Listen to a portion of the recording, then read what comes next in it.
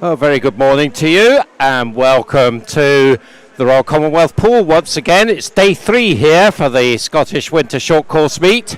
I'm Duncan McKinnell and today I'll be taking you through the action, and I'm joined today in the commentary box by the national coach, Alan Lynn. It's a great pleasure to have you with me, Alan. Thank you, Duncan. Late stand-in as ever. Delighted to be here. So it's been a good 2 days. You must be pretty happy with the quality of swimming that you've seen so far. Yeah, I was reflecting on things last night, and it has been a really good couple of days. So first of all, delighted that we're able to have a meet like this, and despite the no spectators, the quality of swimming has been first class, particularly from some of our younger, our junior and youth swimmers. Really good. So today we've got another busy program for you.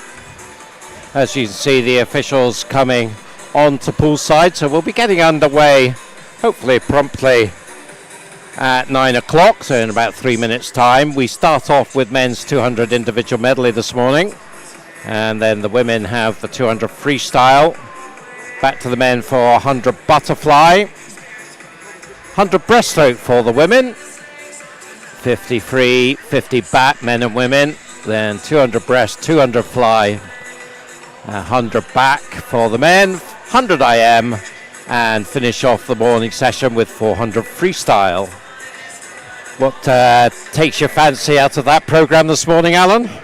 Well, there's been some good performances on the 400 IM, men and women, so I think we're starting off with a really good event in the men's 200 IM, and of course flipping round, we had the men's 200 free yesterday. Last night was a great final, and we've got the women's version, so we start off with some exciting prospects, but to be honest, there's lots and lots to look at this morning.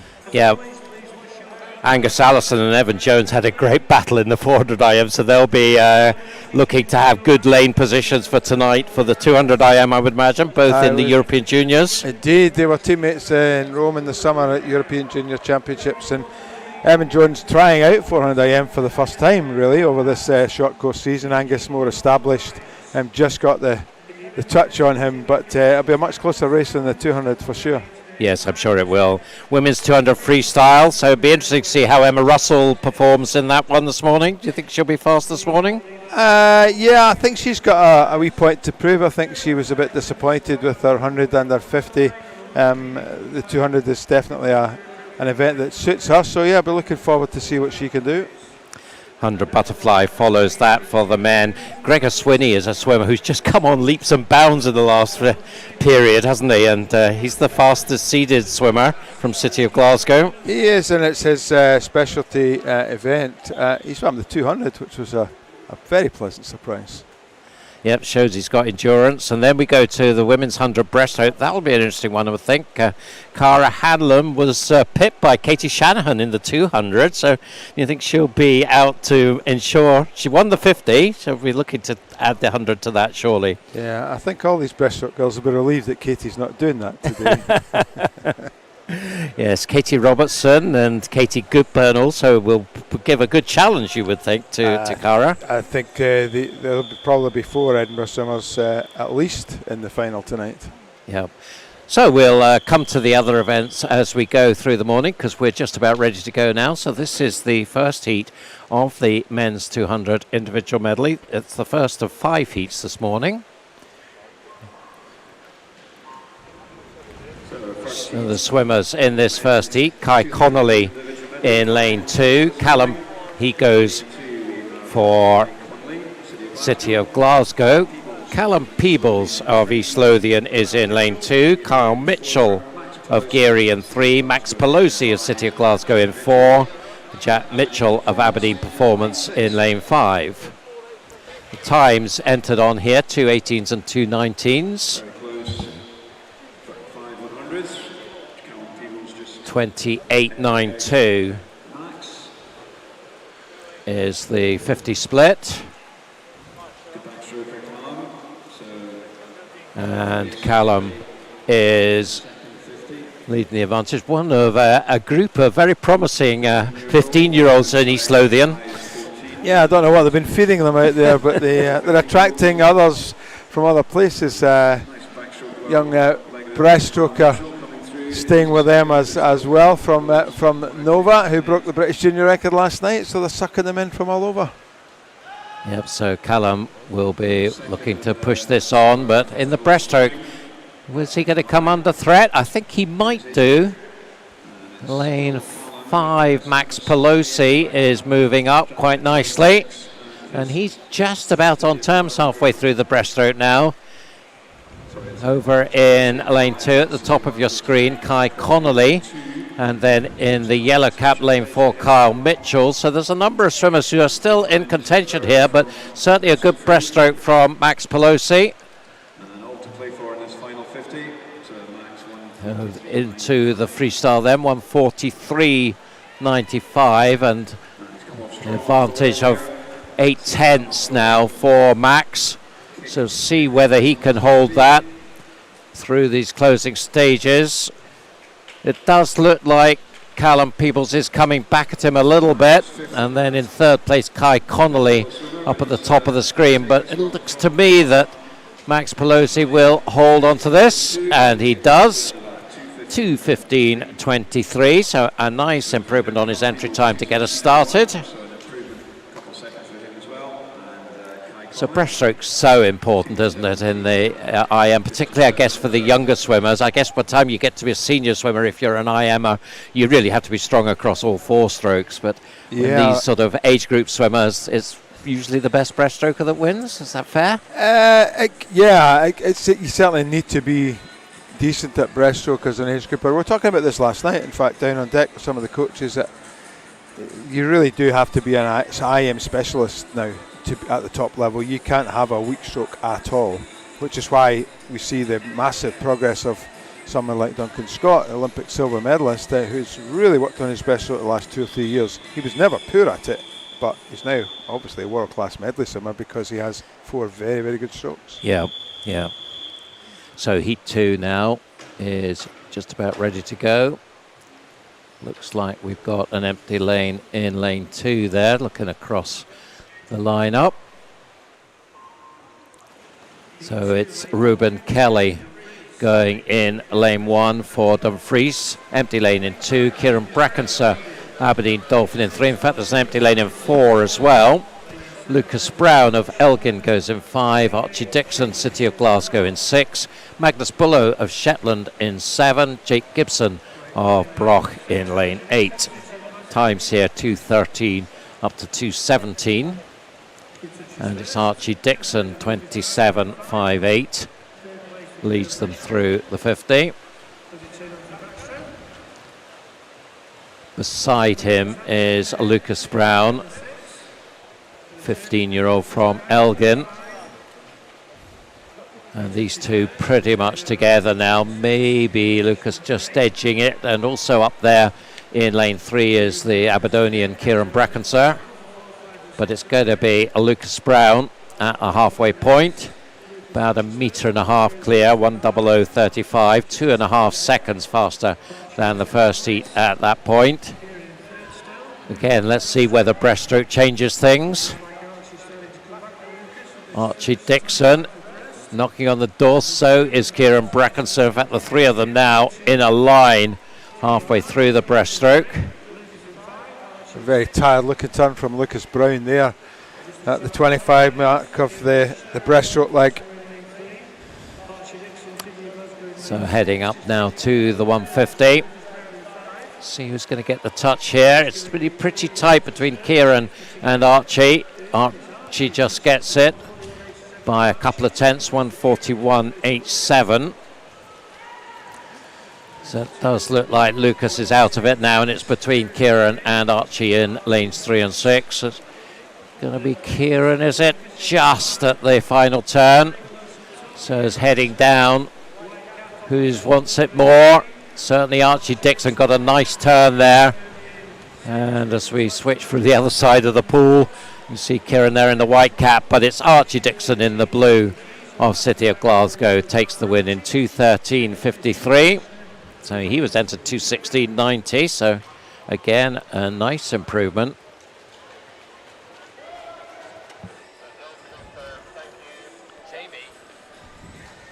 Should we be able to hear each other? We can't hear each other.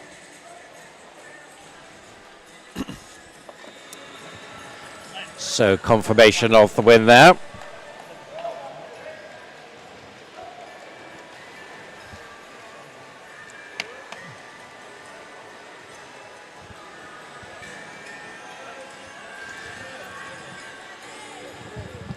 Archie Dixon 2:13.53, Kieran Brackenser in second, Lucas Brown in third, as we move now to the first of the three cycle-seeded heats.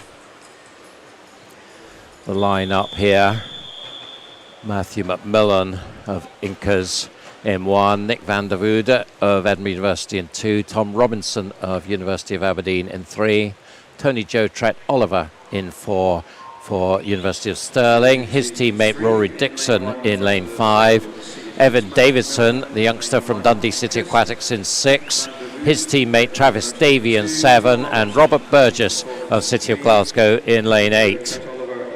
Well, we saw an impressive win from Rory Dixon in the 100 IM last night.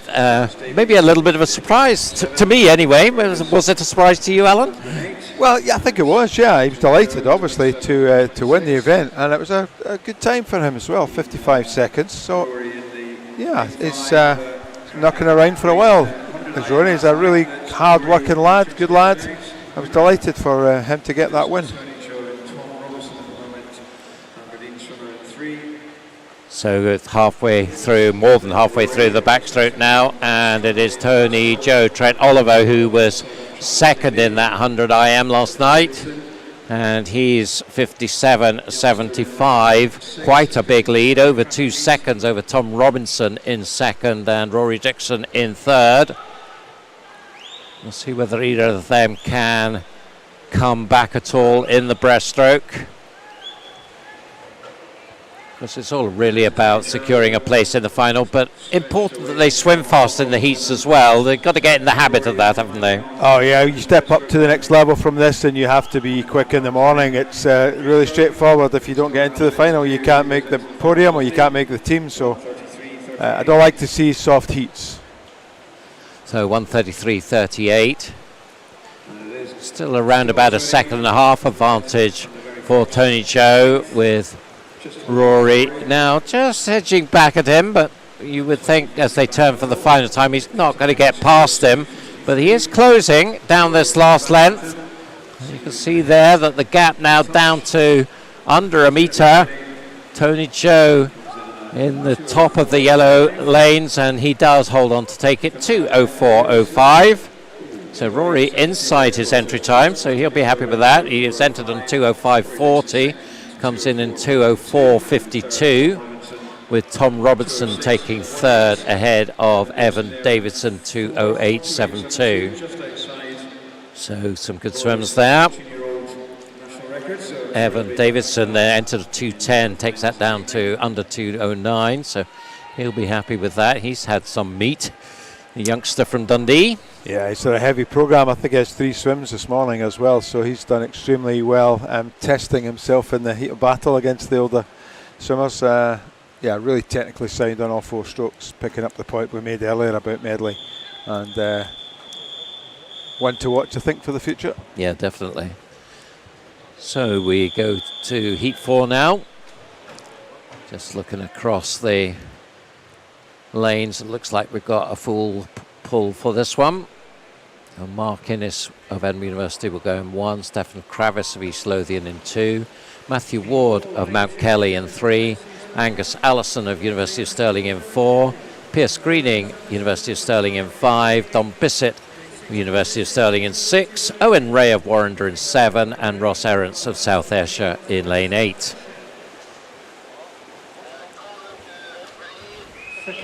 So Angus Allison, we were talking about earlier, with that great battle that he had with Evan Jones in the 400 IM, eventually prevailing. Matthew Ward, though, this is his first day in the meet, but he had a fantastic weekend in Sheffield at the English meet, so it'll be interesting to see what he does. He's certainly setting off in great style here, isn't he? He is. He's a youngster who's come through this season, part of the national junior team. He had a fantastic weekend last weekend. He's been setting backstroke records for fun over the last few months, and certainly one to watch tonight in the final. He's no slouch at medley either. 57.05 is 7/10 faster than the previous heat at the halfway stage, and over 2 seconds ahead of Angus Allison. Angus will not want it to be that far ahead, I wouldn't have thought. Angus in the pink cap, and then beside him Pierce Greening, his University of Stirling teammate, wearing yellow today. They are gradually coming back at Matthew now in the breaststroke. The lead is down to, well, less than a metre now, so I think by the time we get to the 150, there's not going to be too much in it. You see them coming in, but still Matthew has the touch. 133.67, up by about 7/10. Angus second, Pierce Greening third. In a diagonal then across, as you can see them coming up to the final turn, and Matthew Ward still leading them through in the white cap from Angus Allison in the pink. And it is all closing up now. Pierce Greening also moving up very strongly in the yellow cap in lane 5. So let's see who gets the touch here. Is it going to be Matthew? Yes, it is. 2:03.79. Well, that was faster than he did in the junior final down in Sheffield. So that was a heat swim. So what's going to happen? Not bad for Sunday morning. Unfortunately, we have a disqualification in that one. Lane 5, Pierce Greening. So that's unfortunate because he was one of the contenders there and would have been, I think, a contender in the final. So unfortunate for Pierce. I didn't see what he did wrong. I don't know whether you did, Alan. I didn't. No, I was looking at the race rather than the skills. I'm assuming it was an infraction in one of the turns. I don't think he went beyond 15 at all. One more heat to go. And that's the lineup for you on your screen. Micah Van Blerk, Jake Kirkham, Harper Whitehead, Evan Jones, Igor Suvalov, Jamie Ferguson, Matthew Garrity and Matthew Brown.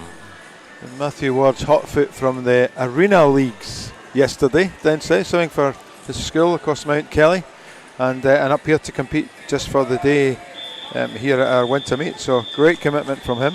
Yeah, that's fantastic. Up from the southwest of England, so quite a long trip there. And it doesn't seem to have done him any harm, the travel, because that was a super swim there from There's no hangover swim on a Sunday morning from him. So here goes the final heat then. We talked about Evan Jones. He goes in lane 4. Igor Suvalov, the Estonian, who's making quite an impact in Edinburgh University. So he is in lane 5. And it is just, I think, the green-capped Evan Jones who is going to lead them through the 50. 26 seconds dead, so that is faster than anything we've seen. 7/10 faster than we had from Matthew Ward in the previous heat. Right beside him is Igor Suvalov. And so the two of them now coming down towards the 100 mark, pretty much side by side. Maybe Igor just edging it now in lane 5. He was finalist at British University's short course, but in fact Evan just getting the touch by 800s, 56.98. Very similar split to the previous heat now. The two of them pushing each other on nicely. Third place is Jamie Ferguson ahead of Harper Whitehead. So Jamie in the white cap in lane 6, Harper in the black in lane 3. But it's Igor Suvalov who has got the edge here, more than the edge. He's up now by best part of a body length at the 150, going through in 131.86, and that's now nearly 2 seconds faster than we've seen in the previous heat. So Igor is definitely not holding back here. 2:02.62 is his entry time. As I said, Estonian who's come to Edinburgh this year and seems to be enjoying life here in the capital city, because look at him go. Very impressive stuff, just over the 2 minutes, 2:00.59, entered on 2:02.62, so he'll be mighty happy with that, I would think. Evan Jones, 2:03.27, and Jamie Ferguson, who's having a really good season, down from Aberdeen, formerly of Midlothian, 2:05.52 for him. It's going to be a tasty final tonight. Certainly is. So Igor has certainly made a statement there that the Scots are going to have to watch out and produce something if they're going to challenge him. Yeah. So looking forward to that one, because you could join us at 5:30 tonight for our finals. I hope you do, because they're going to be good. So running through the summary there, if you've got a favourite swimmer, you can just check out where they are, what their time was, as we scroll through all of the results from the 200 IM. Was it not Scotland, Estonia football, where Estonia didn't turn up? Scotland won by default. I seem to remember that. Tonight for the final. I think Igor's going to turn up, though. That's my prediction. That's good. That's good. 200 freestyle is next for the women, and again we've got 5 heats, 4 swimmers there to go in the first heat. Tegan Black of East Lothian in 3, Susie McNair of First in 4, Maria Howe of Aberdeen Performance in 5, and Coco Croxford of City of Glasgow in lane 6.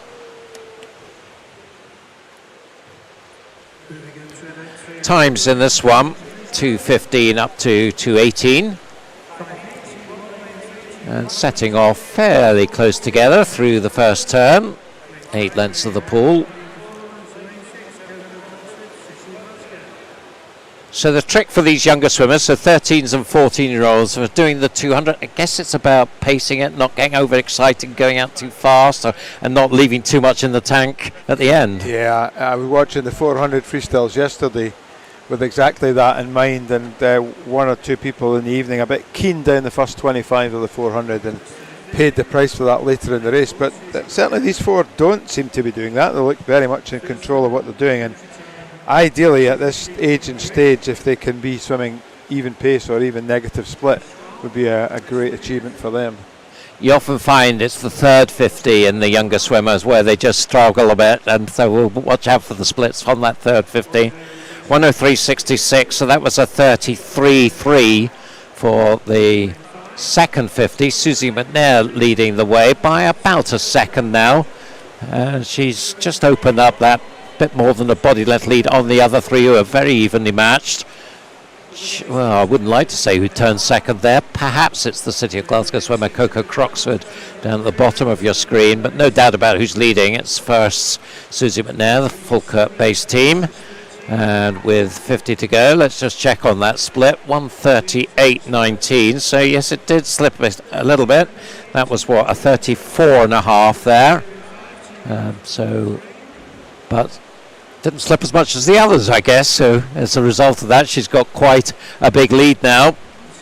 And it is Coco Croxford clear in second. Still a race on for third between Tegan and Maria. Susie McNair, entry time to 15.30. The clock just coming to 10, so she'll be inside that nicely, 2:12.22. So very encouraging, I think, seeing these younger swimmers knocking out pretty good PBs consistently through the meet here, and it shows that they've had a good watch of training, I guess, through the autumn after the disruptions earlier in the year, and they're back to peak form. They're certainly making the progress that we would expect. They will all have swum these events at least once, possibly twice in the autumn, so to be knocking big chunks off those 2, 3, sometimes more seconds is obviously encouraging for them. And as we head into the traditional long course season, it's a really good base for them to work for. We often say that if they can do a time short course in December, that should be their target long course by the end of the season, if they really can hit their form. So we'll watch out for that as the season progresses. On to Heat 2. Phoebe Arbuckle of Warrender in 1. Amara Bella Thorpe of Edinburgh University in 2. Jessica Heaps of Fauldhouse Penguins in 3. Jennifer Murray of Edinburgh University in 4. Also from Edinburgh University, Zoe Giddon in 5. Georgina Hawkins of Millfield in 6. Melissa May Waring of West Lothian in 7. And Gabriella Lessing of Ren 96 in lane 8. Well, look at this. This is really tight through the 50 in a line. Jennifer Murray just getting a touch, 29.32, but, well, all 8 swimmers very much in the frame at the moment. If you're in a tight race like this, do you think the swimmers are really conscious that it's a tight one across the pool, or are they just really focusing on themselves and maybe the swimmers round about them? I think at this stage they probably are conscious. They shouldn't be, but they will be, and you could certainly see the people either side of you. You're conscious of that, which is what makes for a good race and a good competitive situation. Across the pool, you don't really notice at all. You're aware, and there's a sense of it, but it's not driving you on more than the people either side of you. And it's really nice, as we see here, if you're turning in the lead and you see other people toiling who're not even at the wall yet, that definitely gives you a bit of a lift. Yes, so we're seeing certainly them breaking out, and particularly Zoe Giddon now, who is taking control of this one through the middle section of this race. 1:34.15. So that was what, a 32.7 or thereabouts. So you can see there much more consistent pacing, I guess, from Zoe here, showing that experience from the 26-year-old. 2:10.01 her entry time, and I would imagine she'll be inside that. The race on for second, Imara Bella-Thorpe in lane 2, looking to make it an Edinburgh University 1-2. In fact, it might be an Edinburgh University 1-2-3 in this one. I think it might be. 2:07 dead for Zoe. She'll be happy with that. 3 seconds inside her entry time.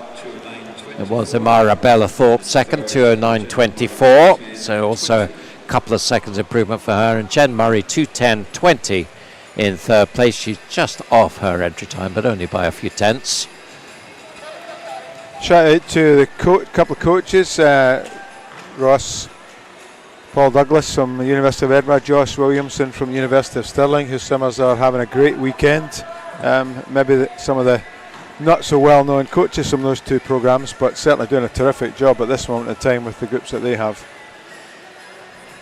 It's one of the things I've sort of noted in this meet, perhaps as much as any, is that a sort of increasing depth in the university programmes now. We all know about the Duncan Scotts and the stars of the programmes, but you've also got the depth now as well, the people continuing to swim seriously through their university careers. So both in Stirling, Edinburgh and Aberdeen and Glasgow for that matter, you really see that depth building now in the sort of 18 to 22 sort of age group. Yeah, I think it's more obvious this weekend perhaps than ever before, which is really encouraging given we're emerging from a global pandemic situation. Yeah, very encouraging that. So on to Heat 3, Sienna Perry, Aberdeen Performance in 1, Maury Craig of Stirling Swim in 2, Natasha Simpson of Warrender in 3, Nicole Rihi of Edinburgh University in 4, Rebecca Reid of Aberdeen in 5, Olivia Mason, Warrender Bass in 6, her teammate Anna Green in 7, and Perth's Elise Cousins goes in lane 8. And Nicole Rihi, another foreigner in the Edinburgh programme, Italian, and she has been very impressive so far this weekend as well. She was selected by Italy to swim in the European Juniors in her home city of Rome in the summer, and then she got sick, so she couldn't swim, so wasn't able to swim. So she settled in really well at the University of Edinburgh, part of the top group now coached by Matt Trodden, and had a pretty good couple of days so far. Was also ill at the British Universities a couple of weeks ago too, so hopefully she keeps herself healthy. She'll continue to thrive here in the capital city. So she's not got a huge lead. Natasha Simpson, who is a very promising middle and distance freestyler, going for Warrender in lane 3, and another Warrender swimmer in lane 6, Olivia Mason, but it is Nicole, 1:31.63, is about 2.5 seconds faster than the previous heat. You'd expect, we're into the cycle seeded heats now, so you'd expect this to be faster, and so it's proving with about a body length advantage still. You get, it just looks to me that Nicole's maybe got more in the tank that she's conserving here, and she'll just want to stay nicely ahead of Natasha and Olivia. See off that young Warrender whippersnappers, and she does that in 2:04.50. So yes, a little bit away from her 2:01.79 entry time, so I think expect more to come there tonight. Sure she'll be there in the A final. Sure Natasha Simpson will hope to be there as well, 2:04.96. So well, that's pretty much on her entry time, so a nice swim from her. And Olivia Mason likewise was pretty much just on her entry time. So three good swimmers from the Warrender contingent there, second, third and fourth with Anna Green. So the Warrender program in good heart, as they usually are. Mixing it with the freestylers. Anna had a super weekend, the backstroke swimming so far. So there's the line-out for Heat 4. Louisa Stoddart of East Lothian in 1, Millie Milne of Warrender in 2, Ellis Shields, one of 3 Edinburgh University swimmers in the centre lanes, Katie Robertson in 4, Abby Hall in 5. Then we've got Kaylin Hall of Aberdeen Performance in 6, Natalie Jones of Warrender in 7, and Kerry Gillespie of Aberdeen Performance in lane 8. Well, Katie Robertson is doing more and more freestyle in this last period, hasn't she? Made her name as a breaststroker. Yeah, she's a really good sprinter. She's pretty swift on 50 fly as well, but short course 200 freestyle she's certainly been doing a little bit more of. I'm sure she's got her eyes on lots of opportunities to make the Commonwealth Games team next summer, not least of which might be a relay place on freestyle. Yep, you never know. So certainly making an impact early on here.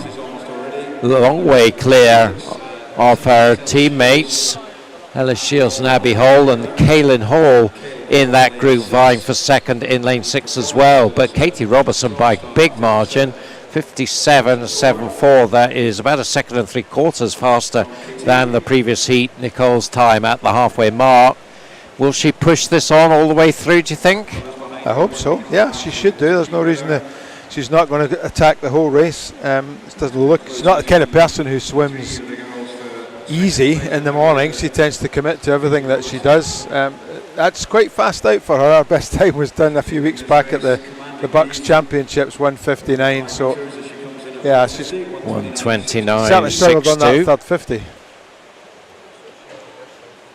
So again, the pace did drop a little bit in that third 50 from 30 and a bit to a 30, well, just under a 32. But, well, she's done the work. The race is on for second there. You can see 3 of them turning all together there. Just Kaylin Hall in the white cap of Aberdeen Performance, 17-year-old. But pushing her now is Ellis Shields. Katie Robertson, though, no doubt about her. And the win, 2:01.23. Entered 1:59, so again, not far away from that.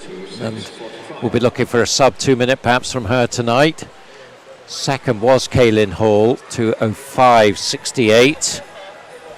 Again, close to her entry time. Ellis Shields in third, 2:06.45.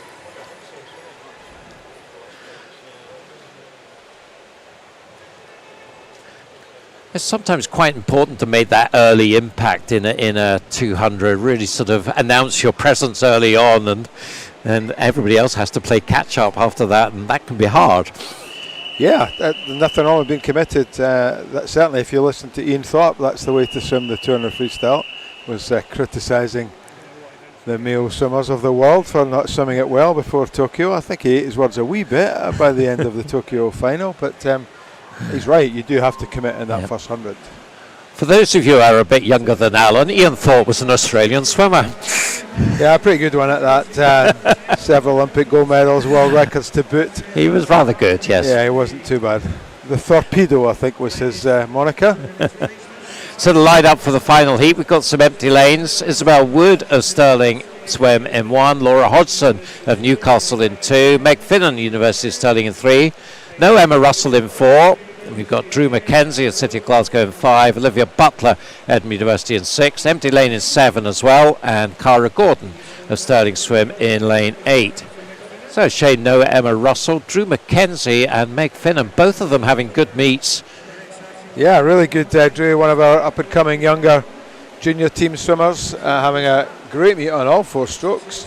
And Meg Finnan, who was Commonwealth Youth Champion way back when, and in fact beat Ariana Titmus, Olympic champion, in that meet in Samoa a few years ago. Has gone to America and come back. It's now at the University of Stirling and still improving. So great credit to her for enjoying her swimming right through into her mid-20s. And she had a very nice 400 yesterday, winning that one, second in the 800 so far. So 200 perhaps at the bottom end of her range. It looks like it's going to be Drew Mackenzie leading this one as they come to the 150. 1:30.17, so about half a second back on Katie Robertson's time.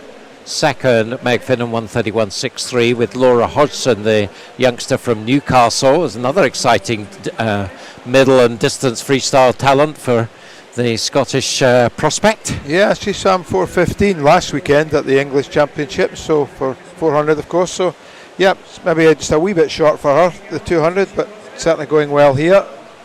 So it's going to be Drew Mackenzie pretty comfortably in the end. Strong finish from her, 2:01.62. She pushed that hard down that last length and entered on 2:02.34, so a 7/10 improvement in the heats is very encouraging for Drew, and we'll see her in the final tonight. And she's give herself a chance with that, you would think. Oh, for sure. The way she's swimming, she should fear no one in that final. So you can see there, that's the top 8, and then the swimmers who'll go into the B final there, starting with Ellis Shields, Laura Hodgson, who we were just talking about, and swimmers just missing Imara Bella Thorpe. So she'll be hoping maybe for a withdrawal.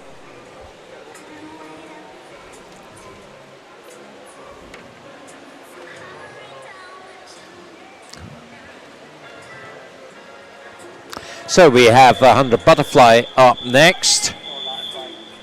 Once again, we've got 5 heats here.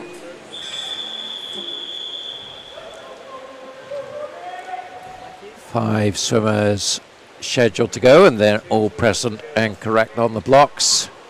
For heat 1, Murray Dixon of Stirling Swim in 2, Dean Fern, South Aberdeenshire in 3, Brodie Gordon-Gibson of Warrender in 4, Kieran Lennox, Aberdeen Performance in 5, and Scott Fleming of East Kilbride in lane 6. Good start in lane 3 from Dean Fern, South Aberdeenshire swimmer. He's very impressive. Looks like he's scratched from the 200 IM in order to concentrate on this 100 fly this morning. So really pushing it on here. Swimmers either side of him, Murray Dixon and Brodie Gordon-Gibson. And Brodie in particular perhaps is mounting a challenge in the closing stages here.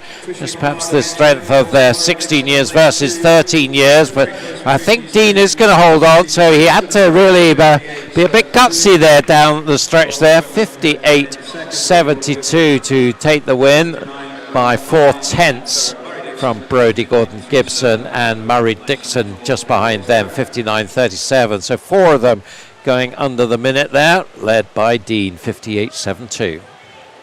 It may not be a national championship event, and some of our big hitters might be missing, but it's quite an achievement for a 13-year-old to be in this competition and to be swimming as well as he is. So again, someone who's very much on the radar this particular season, and I'm sure he'll be looking to find himself onto our national programme very, very soon.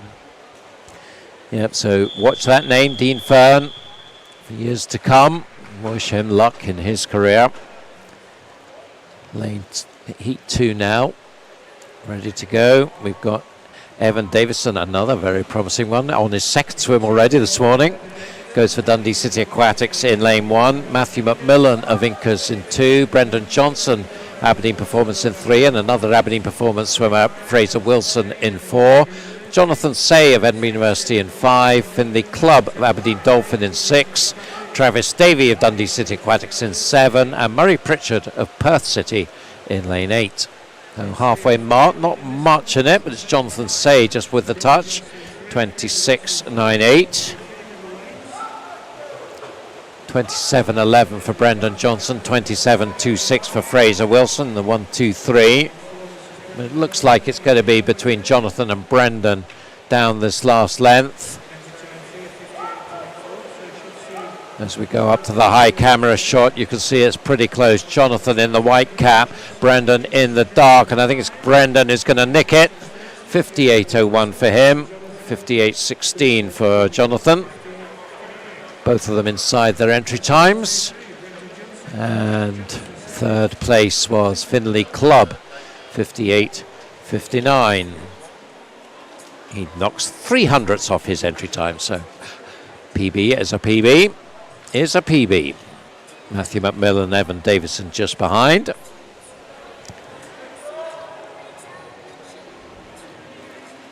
So 58.01. Now the fastest time as we go to the 3 seeded heats. Line up there for you for heat 3. Jonathan Mitchell, Edinburgh University. 2 Sterling guys, Marcus Scullion, Albert Bangan. Then we've got Ben Carr, Edinburgh University. Mark Ford, City of Glasgow. 2 more from Edinburgh, Sean Sy and Luke Shaw. And Jamie Allison, University of Aberdeen in 8.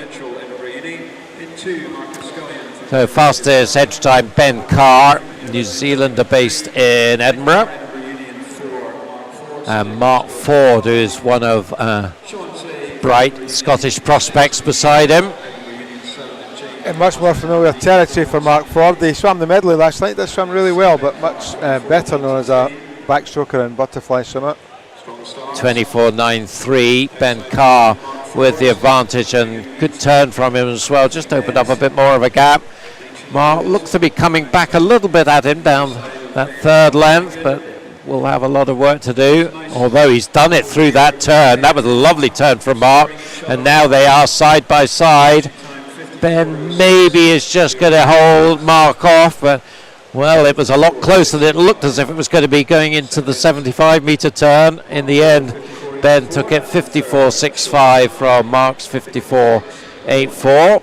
Mark inside his entry time, so he'll be happy about that. Ben just outside his by half a second, but that third turn from Mark was very nice to see.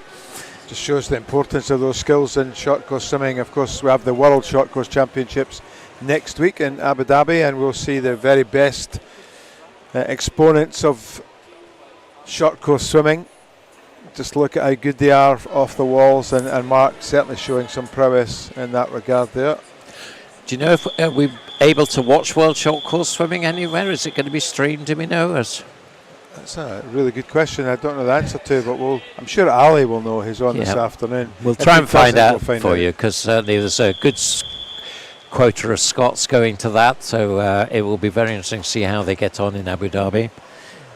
FINA did have a subscription TV service, but they stopped that, so I'm sure it'll be available somewhere. Yep.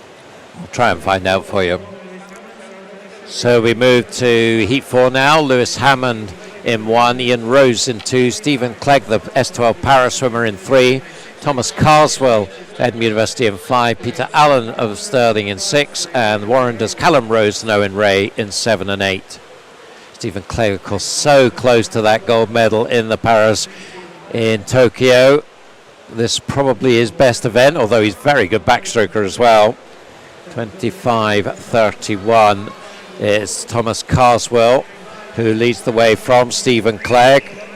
And Carswell about a metre up, because they'll be training together in Edinburgh University. Nice turn from Thomas, and he's just opened up the gap there. Just keep an eye also on records as far as Stephen Clegg's concerned. 56.45 is the British record. That's gone. 55.37. The world record is showing as 58.29, so that's obviously not been updated for a while. But that was a quality swim from Stephen Clegg, and I think we can call that a world best time. I've got no evidence to say it's not.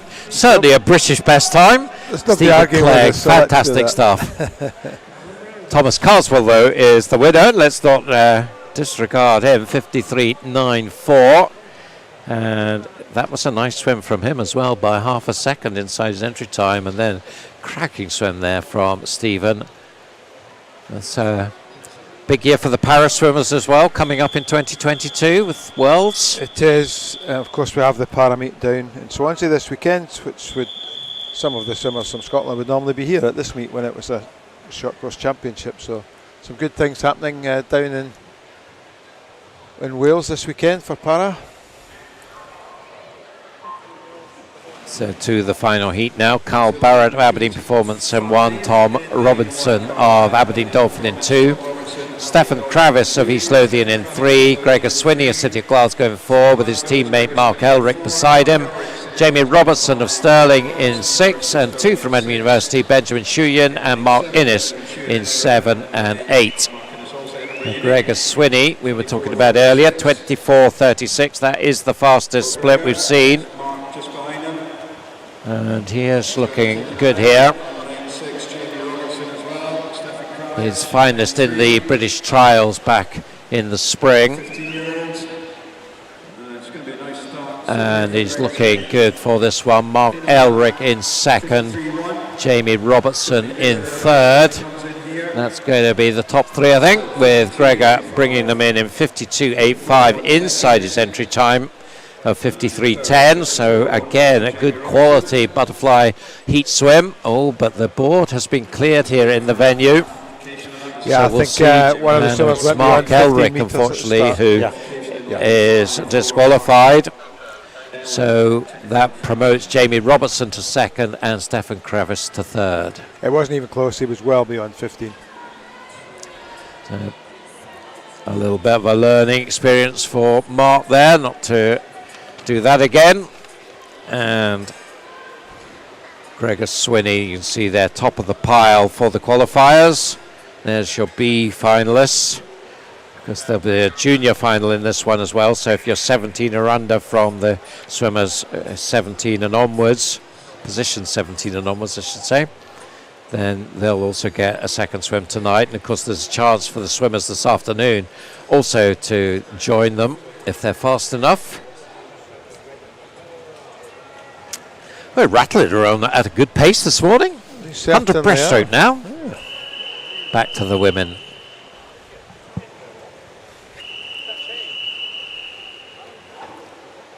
Again, we got 5 heats here. Line up for heat 1, Freya Masson of Shetland, Amy McLeod of City of Glasgow, Caitlin Coyer-Gamble of Inverness, Yasmin Ali of Warrender, Marie Wood of Aberdeen Performance, Rachel Saunders of Warrender, and Zara Smith from Best. 1:16s and 1:17s, the times here. Rachel Saunders from Warrender. I had to do a double take there. Swimming breaststroke, excellent. Yep. Breaststroke probably not what she's best known for. I think you could say that with confidence. We can. Very fine backstroker. But great to see her extending her range of options as an age group swimmer, and obviously an outstanding backstroke swimmer. But new performance coach Bruce Halloran making sure that his charges are working on all 4 strokes. Now look at this race all across the pool. You cannot separate them as they come to the 75.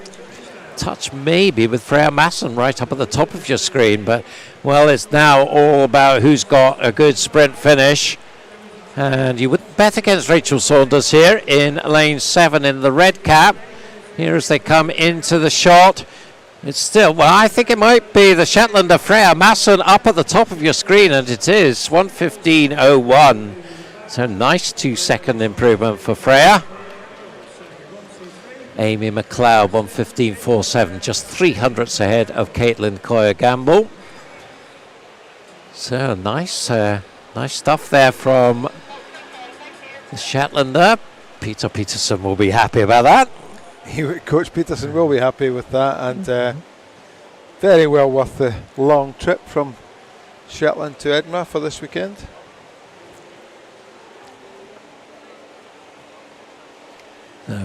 Freya, 16-year-old, is taking that one by 4/10 in the end. And we've got the line up there for heat number 2.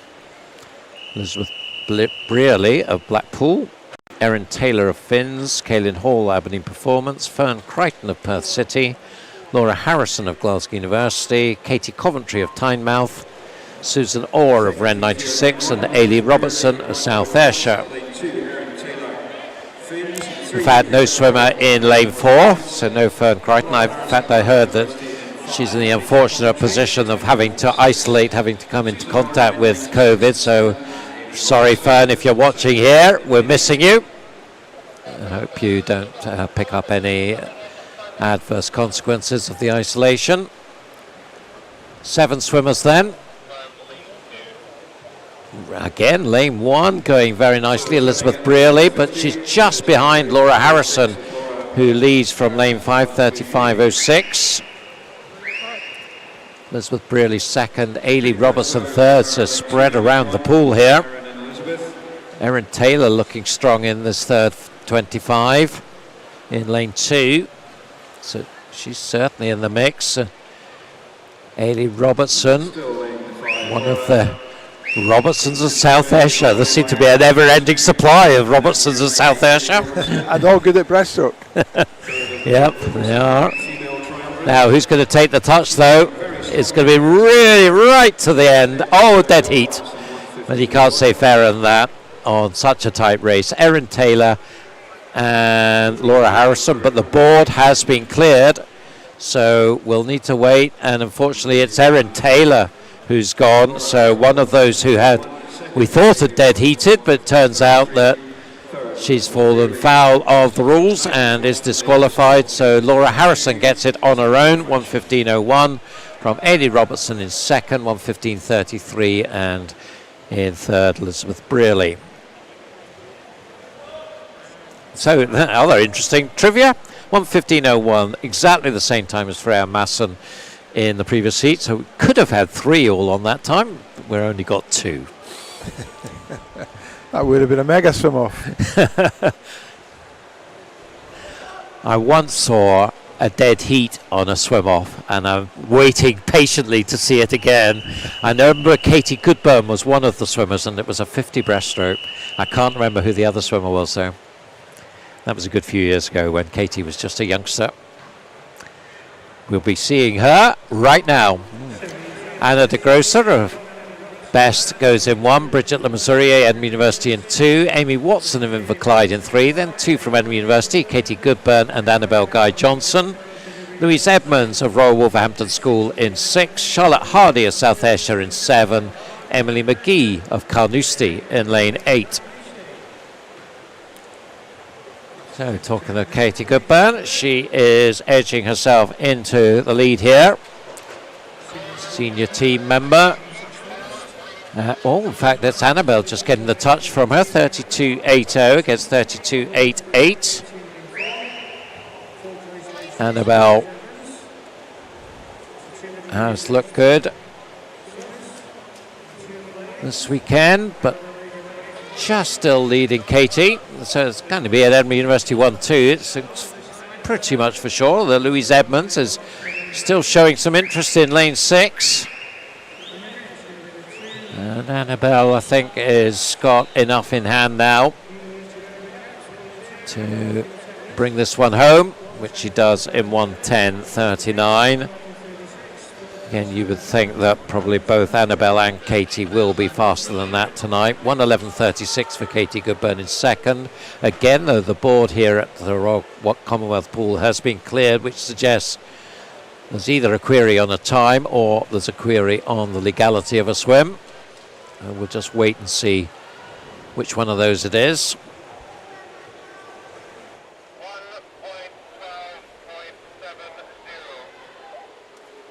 So it sounds like they're just talking about a time. Maybe there's been a discrepancy between the backup time and the primary time, and they always want to resolve that. Make sure they got the placings right, make sure they got the most accurate time for all the swimmers.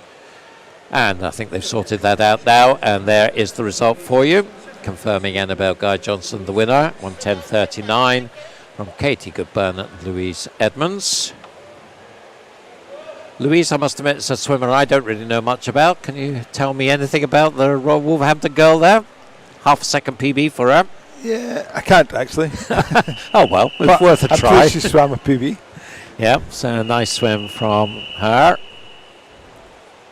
Can tell you that she had previously done a 1:11.7 down in the southwest. So, well, not the southwest. That doesn't sound right for Royal Wolverhampton, but somewhere down south.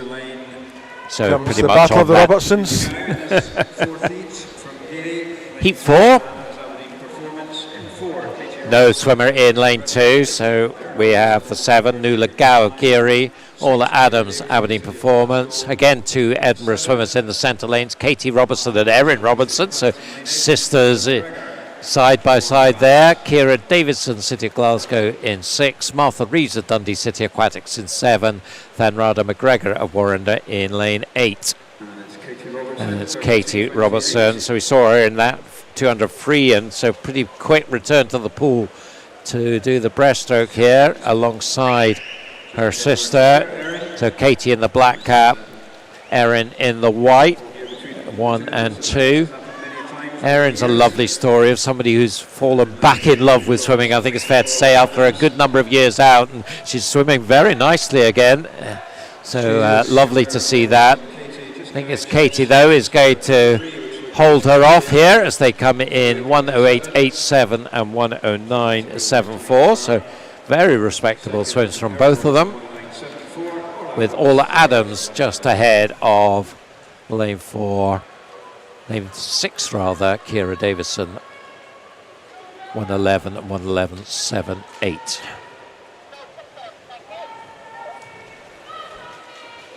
A deadly double from Katie this morning at 23, and not really much rest at all. No. It was during those men's 100 flies, and now back to her favoured event. So what would she have been doing in between those 2 swims? A quick swim down and some stretching and loosening up, or how would you treat that?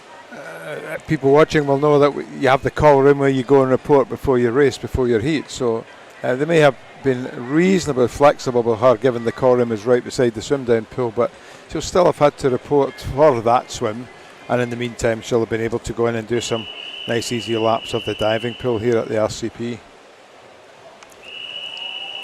So to the final heat now. Just looking up the screen and everyone is there. Lucy Stoves in 1 for Dundee City Aquatics, Olwyn Cook, Edinburgh University in 2, Anna Morgan, University of Stirling in 3, Cara Hanlon, Edinburgh University in 4, Ailsa MacDonald, also Edinburgh University in 5, Vicky Russell, Stirling University in 6, Anne Hutchison of Edinburgh University in 7, and Sophie Hall of Warrender in 8. We're sort of tempted now to call her Sophie Rose after she was in that relay with the 3 Rose of family last night, but I think reasserting our Hall presence this morning. Cara Hanlon, 31.73, winner in the 50 breaststroke, pipped by Katie Shannon in the 200, as we were talking about earlier. She'll want to make a statement here, I would think, in the 100. You'd think she'll be a fairly heavy favourite for that tonight, but she should you never know. She should be on her best form. Looking very solid here. Certainly got a good lead over Anna Morgan and Ailsa MacDonald. They are going to be second and third as Cara brings it in 1:08.03. So that is the fastest qualifier by 0.8 from Katie Robertson's time in the previous heat. Anna Morgan second, 1:10.21. Ailsa MacDonald 1:10.84. I think that might be good enough for Ailsa MacDonald to make the A final. We'll see in a moment when we get the summary. 1:10s, I think certainly will be about there for an A final. Oh, we're not going to get it. We're straight to the 50 freestyle, but it'll be on Meet Mobile, so you can check it out there. So it'll be a quick dash up and down the pool now for the next 5 heats for the men. Line up there for heat 1. Thomas Christie, Luke Hornsey, Ryan Ferguson, Kieran Breckenser, Lucas Brown, Noah Quinnell and Conrad Slesser. Luke Hornsey had a great 1500 yesterday. That's going from 1500 to 50 this morning, so a bit of a change for him. Good Kieran range. Breckenser, we saw a nice swim earlier on in the IM, so we'll see how he goes. Lucas Brown as well.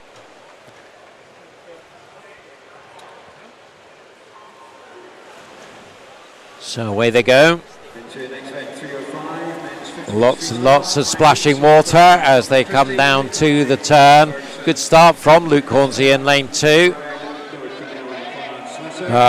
Also lane 5, maybe just edging it now, Lucas Brown.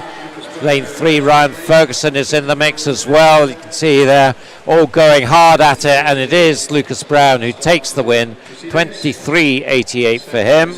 Big improvement on his entry time of 24.93. Second place, Luke Hornsey, 24.12, and Ryan Ferguson, 24.4 in third.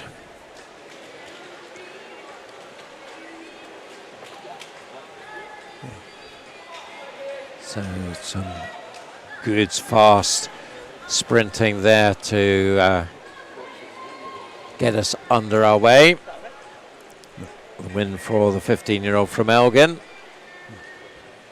Line up there for Heat 2. He didn't look like he was going to go that quick on the last 50 of the 200 IM. He thinks he might have been saving himself. Yeah, possibly. So Matthew Brown, Connor Mayers, William Storer, Stephen Clegg back again, Luke Shaw, Dean Fern, Jake Kirkham, Finn Bremner. We've talked about some of these swimmers before. Dean Fern, of course, we were talking about. Stephen Clegg, we were talking about. Let's see how this one goes. Entry times all in the 24s, 24.3 up to 24.8. Little to choose between them. Possibly it's the S12 para swimmer Stephen Clegg just turning in the lead, although either side of him, William Storer and Luke Shaw, lanes 3, 4 and 5 all in the hunt here, but I think Clegg is going to get the touch. He does. 23.96, just outside the world record, but inside the British record. So record number 2 of the morning for Stephen Clegg, new British record there, 23.96. Excellent stuff again. Entered 24.38.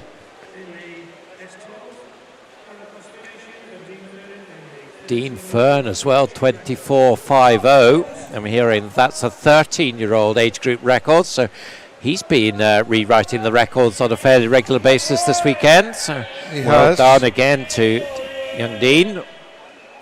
There was, of course, a youth final in the 50s, so every chance we'll be seeing him again, either in the A, B, or youth final.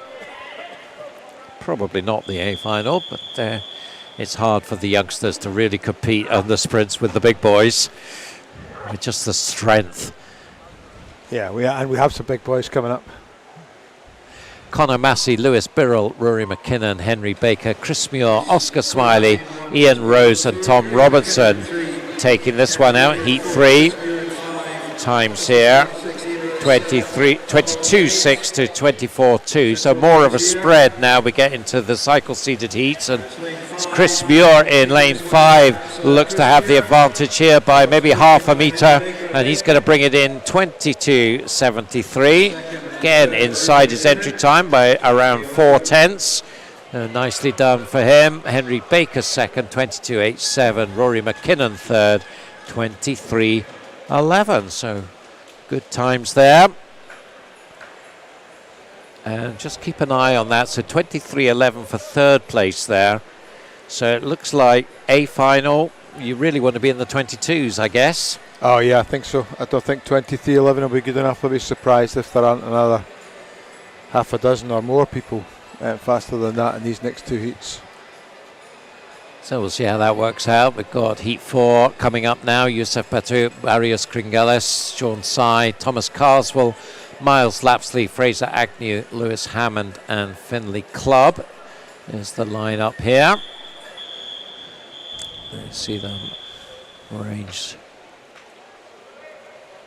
up the pool there, onto the blocks. I guess start's so important in the freestyle. You really just cannot. A bad start and it's over, isn't it? Well, it counts for so much in 20 plus seconds. It's so important to get off to a good start, as looks like Thomas Carswell just has the edge through the turn. Good turn though from Miles Lapsley, and he is right up there now with them. It's between the two of them, Carswell and Lapsley. Who gets the touch? It's Thomas Carswell. 22.86, 22.94 for Miles Lapsley. So not quite as fast as Chris Muir in the previous heat. And again, just the 2 in the 22. So we've now just had 4 swimmers in the 22. So maybe low 23s will make it. Fraser Agnew now third there in 23.39. So he's perhaps the one who is just on the precipice at the moment. But we'll see with the final heat. All will be revealed very shortly. I don't know how high the precipice is, but he's a pretty tall guy. That must look pretty daunting if he's on a precipice. He's about 6'8". Maybe Speaking of tall swimmers, our precipice is his fairly large step down. Absolutely, yeah. Here comes another tall swimmer, the fastest qualifier into the meet, David Cumberledge. Yeah, the lineup here: Virish Prabhu, Rory Dixon, Benji Gillingham, David Cumberledge, Eddie Watson, Swali Talib, Peter Allen, Murray Pritchard. And David Cumberledge certainly has looked fast. He'll be gunning, I'm sure, for a place in the English Commonwealth Games team for Birmingham. He was in the Gold Coast.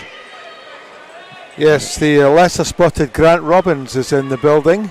All right. Who is the team leader for aquatics for Team England for Birmingham. Yes, we'll let him in the door. I was not sure whether or not to accept his accreditation, but in all seriousness, it's lovely to see Grant here. Yep. His son Luke, of course, swam for Scotland as part of the youth programme, and he is here to see some of the potential Team England swimmers en route to pick Luke up from St Andrews University, where he's now a student. So very, very nice to see him, and he's very welcome as always. There's a little bit of a hold up here. I'm not quite sure why, but whatever it is, they look like they got it sorted out, and the whistle goes to get them under orders. So watch out for Cumberledge. 22.13 as the time is entered on. So we'll see if he can get anywhere through that. In fact, he went faster than that in Buck's short course. Did a 21.5 there. So let's see what he can do here. Lane 4. You would think hot favourite.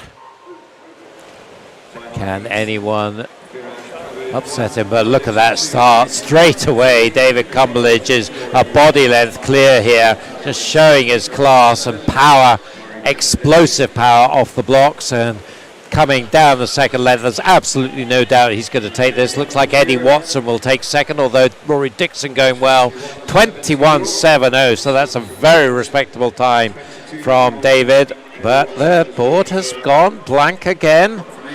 So we'll just have to wait again to see what that means. Oh, but very quickly it's come back, and we do have a disqualification. Unfortunately, it's Murray Pritchard from lane 8. So he's out. But Cumberledge there, 21.70. Again, just the one other swimmer under the 23. So you can see there, 23.16. Rory Dixon gets 8th spot. And we said that Fraser Agnew might be on the precipice. Well, he's just, I guess, fallen off it. Sorry, that's cruel. But he will be in the B final, and I'm sure he'll be looking for a fast time in that one. And, of course, a chance for some of these swimmers, perhaps to the 17 and unders, to show what they can do in the youth final tonight. If you're fast enough, of course, if you're a youth swimmer, you get into the A final or the B final. It's the next fastest 8 youth swimmers who go in the youth final. If you're fast enough, you're good enough to go irrespective of age. So from 50 free we go to 50 back to the women.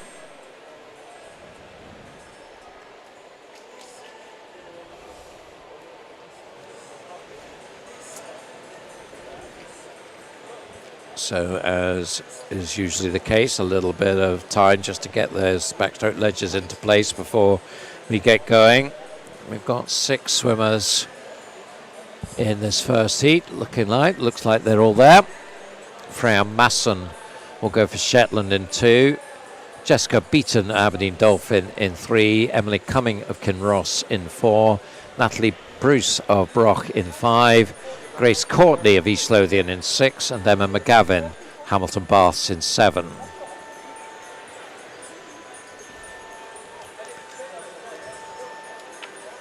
Well, we'll definitely be made to wait for this one, but the whistle goes now. And they will be getting themselves set. Entry times here 31 to 33. Emily Cumming 16-year-old from Kinross with the fastest entry time.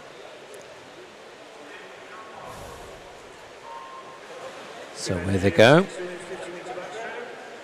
Out of the start, and it does look like it's Emily, just from Jessica Beaton.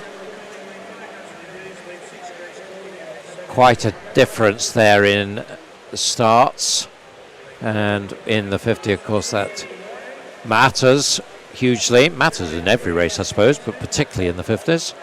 And the backstroke, I suppose, in particular, is just all about technique off that ledge. 31.02. Nice 0.8 improvement for Emily. Second, good swim from the outside lane there, Emma McGavin, 31.78. That was nearly 2 seconds inside her entry time. Again, though, there's perhaps a query about the result. We think it's about times rather than DQs, so that's good news. Well, let's just wait until the result comes up and we'll know for sure. But lovely swim there from Emily, and very good off the blocks, off the blocks I should say, well off the ledge. Yes, indeed. And the result is confirmed, and there you have it.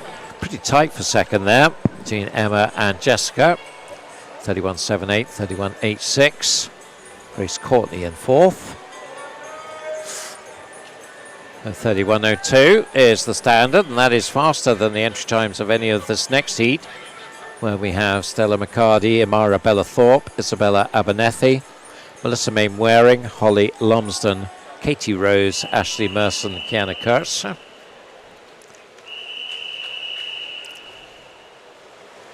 So, expect some PBs here perhaps to get somebody or more than one person under the 31 seconds. Let's see if that comes true. That's my prediction.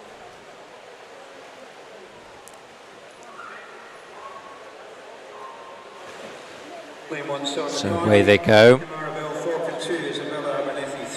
Out of the turn.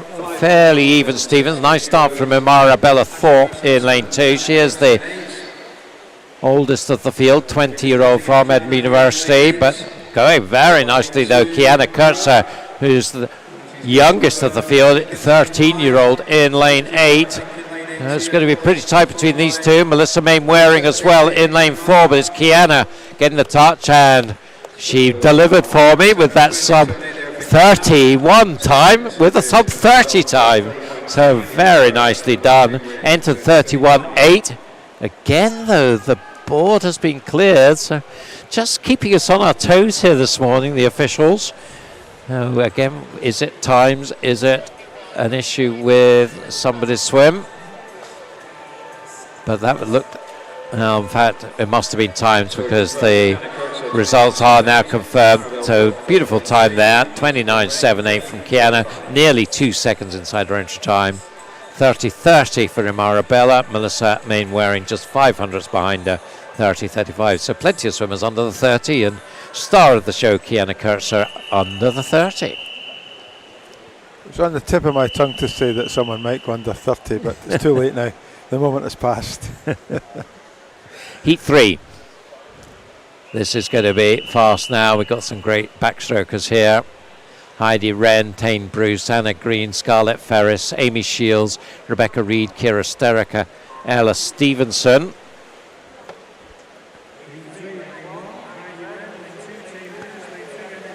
Nice start skills from Scarlett Ferris in lane 4 in the dark purple of Dundee, but coming up now on her Tane Bruce, who's showing some real versatility in her swims this week.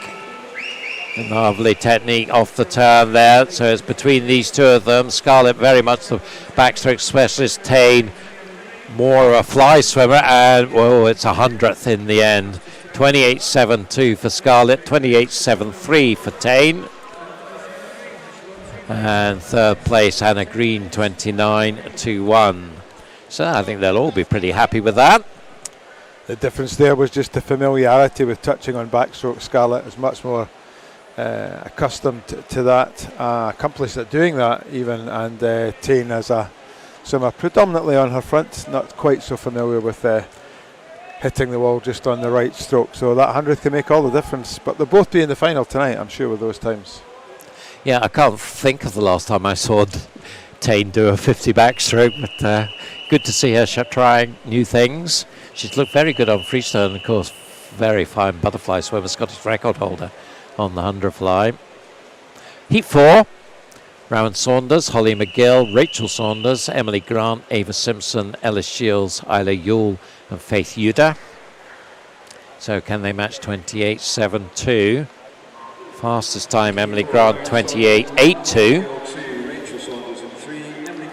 And she's off to a very nice start in the blue cap in lane 4.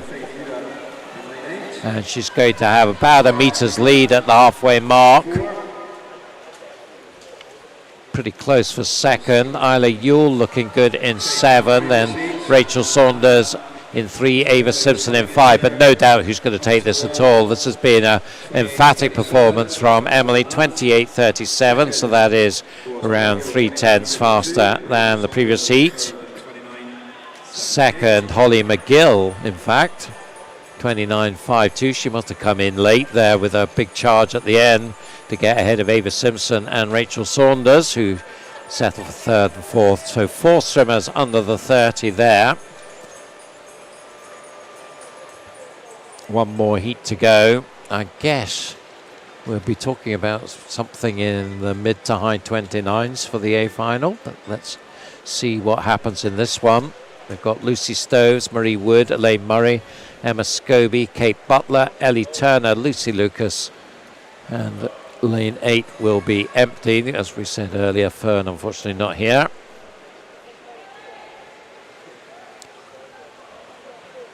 Emma Scobie, it's really all she does, isn't it? 50 backstroke, but she does it very well. She does indeed. Fastest qualifier coming into the meet. Of course, no Cassie Wilde, no Kathleen Dawson, no Katie Shanahan on backstroke. She's off to Abu Dhabi today to join the British team for those World Short Course Championships that we mentioned earlier, and they all go with their best wishes. Duncan Scott, Katie Shanahan and Lucy Hope. It certainly does open the door, though, for other swimmers to show what they can do and get a bit of the limelight. So this is all to play for, I would think, this 50 backstroke this evening. But you've got to be there in the A final to have a chance. So let's see who can get there from this heat. So off the wall, and it is Emma Scobie straight away into the lead in lane 4. And she is really taking it on. Kate Butler trying to go out with her, so they are 1 and 2. After that, it's anyone's game for 3rd, but no doubt Emma Scobie is going to get this. So we had a 28.37 in the previous heat, not quite as fast as that, 28.56, but certainly that will be comfortably good for a good lane. I think probably 3rd spot, lane 3 is be my prediction there for Emma. Kate Butler, 29.09. She should be okay for a place in the top 8. Ellie Turner, maybe not, 29.92. Suspect that will be B final territory, but we'll see in a minute. Here we go. So Ava Simpson, 29.66 is the 8th fastest, and there you see the B finalists through to 30.13 Marie Wood.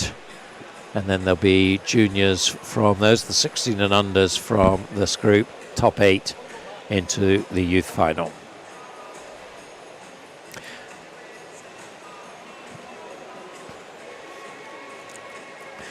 So really, from that, I mean, Emily Grant, 28.37, will be the fastest going in.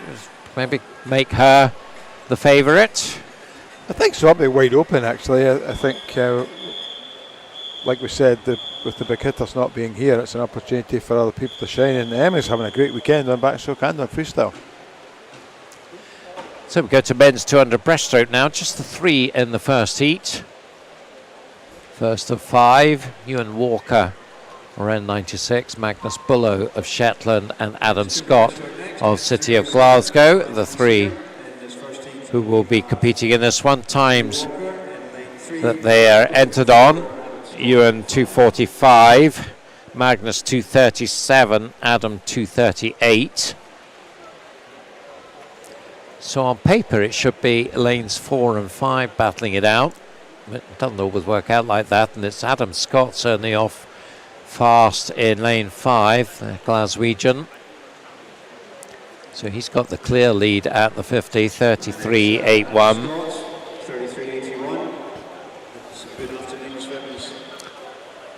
35.27 Ewan Walker, just a second ahead of Magnus.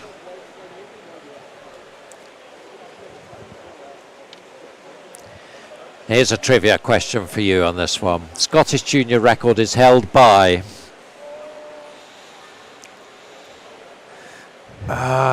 Good question, Duncan. Ross.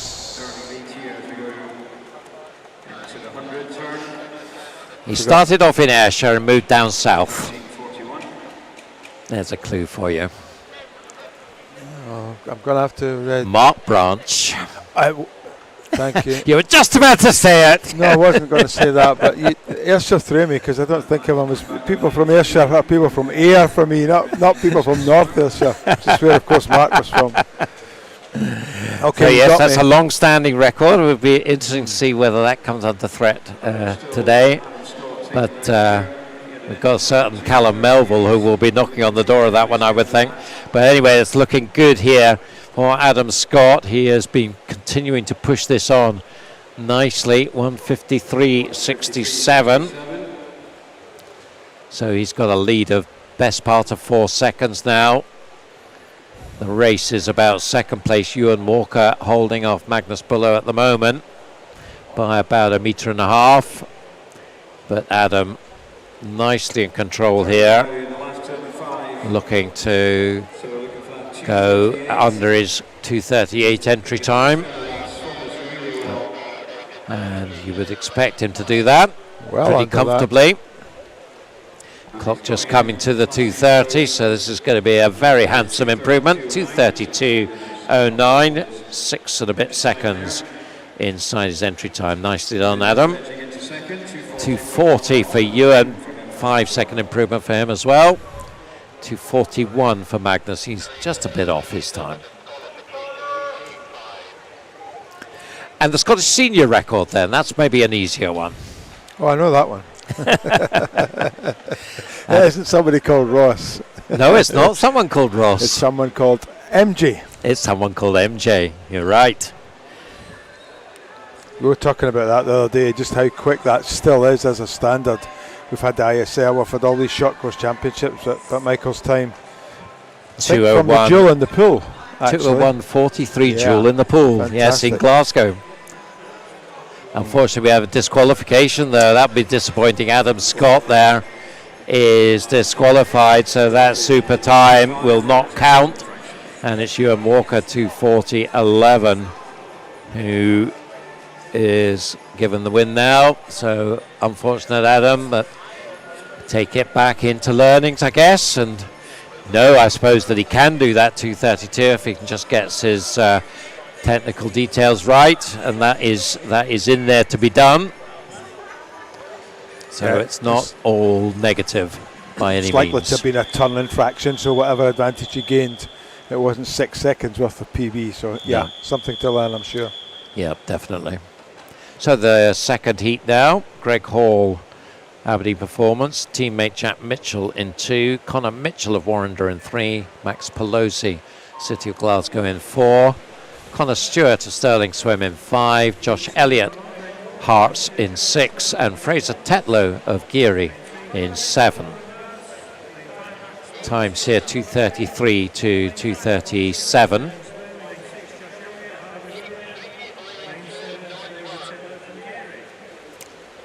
Lane 3, Connor Mitchell of Warrender is going to lead them through the 50.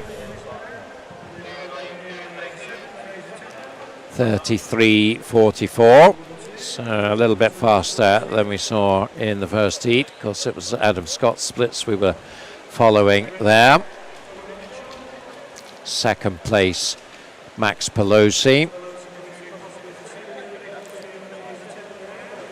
And behind him, lane 7, Fraser Tetlow.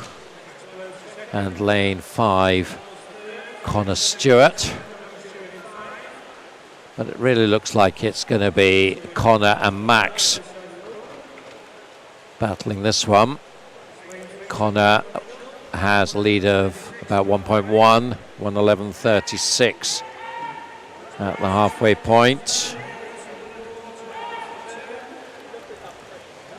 And he's holding that lead pretty well as they come up to the 125 turn. It's really tight for third.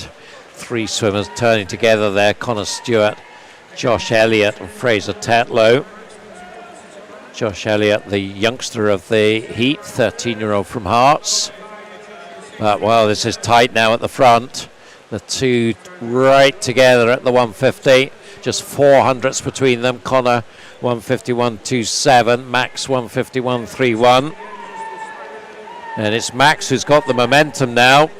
Has the faster entry time and just, judging this nicely. He's up by about half a metre as we come to the final turn. Also, Josh Elliott's coming like a train now in lane 6, the youngster. Can he upset the two in the centre lanes? He's certainly working his socks off there in lane 6.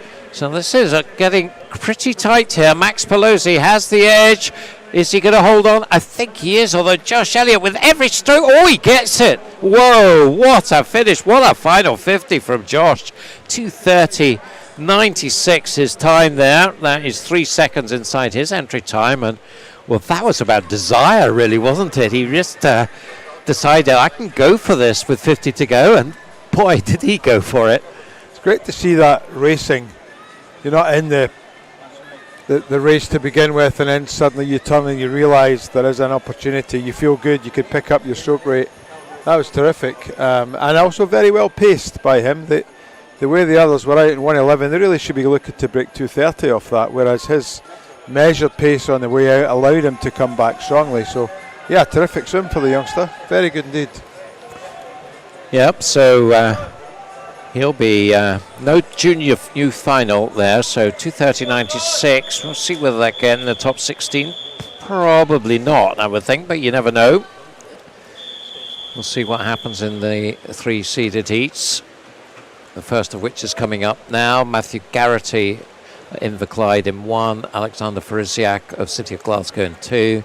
Don Bissett, University of Stirling 3, with William Ellington, his teammate, beside him.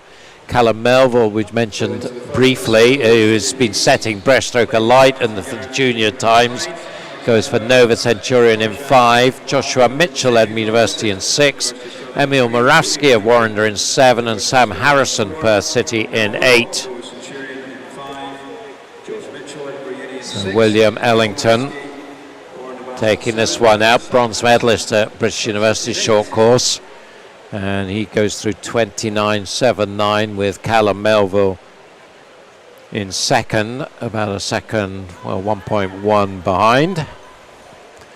But Callum's got his junior records in the 50 and the 100, and you wouldn't bet against him doing the hat trick. Not at all, not at all. And looking at how long his stroke is there and how efficient he's being on this morning heat swim, you certainly know there's more in the tank for tonight. Coming to halfway, Ellington is consolidating his lead, 1:03.08, so much faster than we saw in the first 2 heats. 1:04.99 Callum Melville, third 1:06.45 Don Bissett. That junior record, by the way, 2:15.13, so we'll keep an eye on that. Might not be to this morning, but, well, let's see. Third place is pretty close. Got Josh Mitchell in 6 and Don Bissett in 3, Emil Moravsky in 7, all in contention, but 1:37.19 for Ellington, 1:39.14 for Callum Melville. Let's try and do a bit of mental maths here. I think that 2:15 could be on for Callum. He's not going to take the heat, but he'll not be too bothered about that, I don't think. Junior record either. Mark Branch's record, he's going to be really close to that. In fact, he's going to beat it.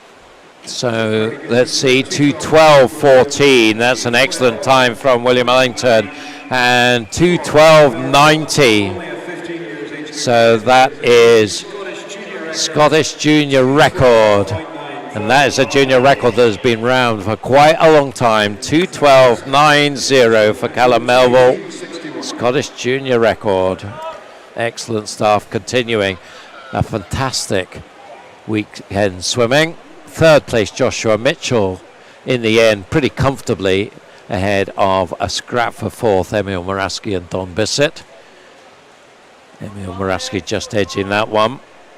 But you must be pretty excited about Callum Melville as a prospect coming forward. Absolutely terrific. I was at the European Junior Championships with his coach Nathan Hilton in the summer, and Callum's now become part of the national junior team, and yeah, he's just going from strength to strength. That's a 17-year-old record gone. So a terrific swim from him, and it was clear that he was being very efficient with the stroke in the first 100, and I'm sure there's more to come tonight. So his target for this next season, I guess European Juniors would be the main target meet for him. Oh, I'm certain that would be the case for him. He's probably just a little step away from Commonwealth Games team right at this moment in time. But listen, if he continues to improve at this rate, anything's possible. There'll be a slot with Mr. Murdoch, perhaps. Of course, he's got to get there. Indeed. Anyway, off we go for the fourth heat. Harper Whitehead goes for University of Stirling in 1. Tom Robinson, University of Aberdeen in 2. Thomas Cannon, University of Stirling in 3. Nicholas Quinn, Edinburgh University in 4. Greg Fairbairn of University of Stirling in 5. His teammate Andrew Arthur in 6. 7 is Youssef Batout of City of Glasgow, and Nick van der Wood at Edinburgh University is in lane 8. So there's a three-way contest going on at the moment. So not as an emphatic position as we had in the previous heat with a clear 1 and 2. This one is up for grabs. It looks like Greg Fairbairn, perhaps in lane 5, is going to lead them through halfway, although there's others there or thereabouts. As we come to the turn, Greg 105 dead, so a couple of seconds back on William Ellington's time. Thomas Cannon just behind him by 2/10, 105.22, and then Nick Quinn 105.64. The very experienced Irishman from Edinburgh University. 200 breast, probably his best event. The Olympian for Ireland in this event.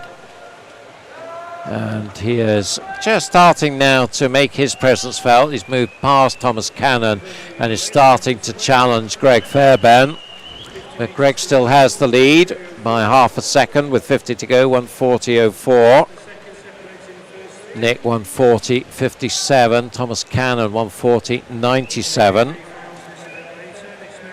They gave a shout out earlier to Greg Fairbairn's current coach, Josh Williamson, but I think recognition to his previous coach, Scott Warnock from Bells Hill, who I understand has taken a step back from on-deck coaching this week. So we wish Scott the very best in the future. We won't see him on deck, but I'm sure we'll see him around the swimming scene for many years to come. This is a tight finish in the end, but it goes to Nick Quinn. So he used all his experience there just to take it very easy in the first half and then move through in the second to take it by 6/10. Greg Fairbairn 2:15.63 and Thomas Cannon 2:16.69. Oh, you just very briefly got a shot of it there, but then the board was cleared, so we'll need to just wait. Usually they clear the board quicker than that if there is an issue, so we'll just see what that means. In my imagination, or have we had an unnaturally high number of disqualifications this weekend?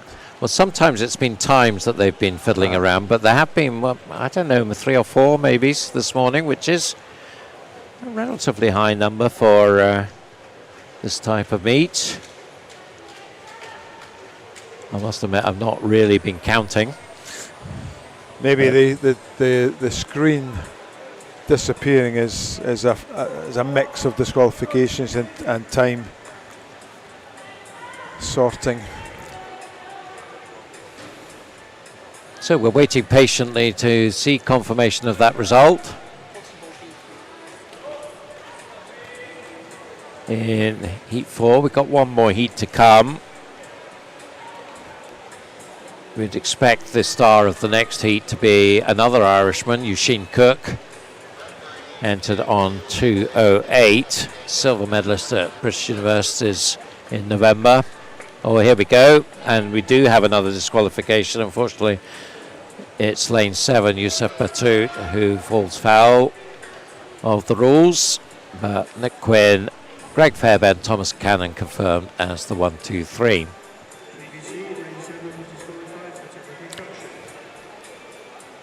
And there's the lineup. We've got S14 para swimmer Connor Morrison going in lane 1 for Aberdeen Performance. Angus Allison, University of Stirling in 2. Igor Suvalov, his second swim of the morning, in 3. Eugene Cook. Ross Young, continuing the Edinburgh University theme, in 4 and 5. Finlay Wallace, Aberdeen Performance in 6. Charlie Trotman, another from Edinburgh University, in 7. Micah Van Blurk of Warrender in 8. So can you see anybody challenging Eugene here? See what Igor can do. He looked very impressive earlier on in the IM. He did, and Ross Young's been swimming well too. He's had a good weekend, making some nice progress. Yes, he is bronze medalist in the 50 breaststroke. A man who's been in form on breaststroke. So off they go. And it is Eugene just turning first down the first length with Ross Young beside him. So I think your steer there, Alan, was a good one, that Ross was going to be up there. It certainly is early on. 28.86 for Eugene, 29.31 for Ross. Third place, Igor Suvalov. So Edinburgh University ruling the roost at the moment. And I don't see that changing, to be honest, as this race progresses. The question is, will Eugene come under any sort of challenge? Ross Young still there or thereabouts, within a metre or so of him. 1:01.52 and 1:02.65. So this is faster than anything we've seen, including that William Ellington and Callum Melville times from Heat 3. So both of these two going very nicely. They're well clear of Igor Suvalov now. And gradually Eugene is building that lead. So I don't think he is going to be threatened. He'll be looking for big things. I'm sure he'll be hoping to get onto the Irish team at the Worlds. 1:34.61 with 50 to go. So that was more or less a 33 split there. So he's on target to be there or thereabouts against his 2:08 entry time. So taking this very seriously, this heat swim. Can he get into the 2:07s? Ross Young with an entry time of 2:14. So he'll be there or thereabouts. 2:08.32, so just outside. Just outside his entry time, 2:08. 2:13.57 for Ross Young, so he improves by 6/10 on his entry time. So nice swim from him. Igor Suvalov third, 2:18.67. I think we'll be seeing all of them in the final, the A final. We'll find out in a moment. Certainly the first two. Suvalov will have to just wait and see. And confirmation, no, in fact he didn't make it. Josh Mitchell, 2:18.61 is the 8th swim, so he missed it by 600. That's unfortunate. But he'll have lane 4 in the B final. I'll give him every chance to improve on his time there. Of course, barring anything that happens this afternoon, of course. Somebody may swim lightning fast this afternoon and surprise everyone. So from 200 breast, we go to 200 fly for the women. 5 heats once again. And this one could be very interesting, I think. Kiana McInnes, it's probably her signature event, will go in Heat 5. We've also got the likes of Kira Schlossen, Guy Alcaraz, Yasmin Perry, Yvonne Brown, who's been in good form this weekend, Jennifer King as well. So plenty of people who are very competent at the 200 fly going in this event.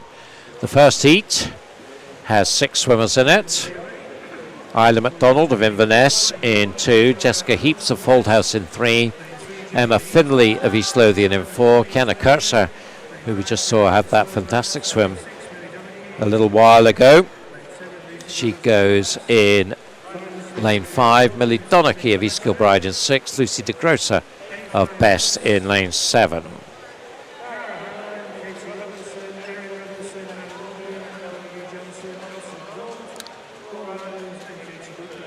.32.04, Jessica Heaps with the early advantage. Youth Academy member from West Lothian. Emma Finlay just behind her from East Lothian. So they are the 1 and 2 here. Approaching halfway. And it is Jessica 109.41. 37.4 split. And has a lead of about 1.25 seconds over Emma Finlay. Followed by Lucy de Grosser, I think, in 3rd place. Or maybe it's Isla McDonald up in lane 2. No, it is Lucy. You see going through the turn.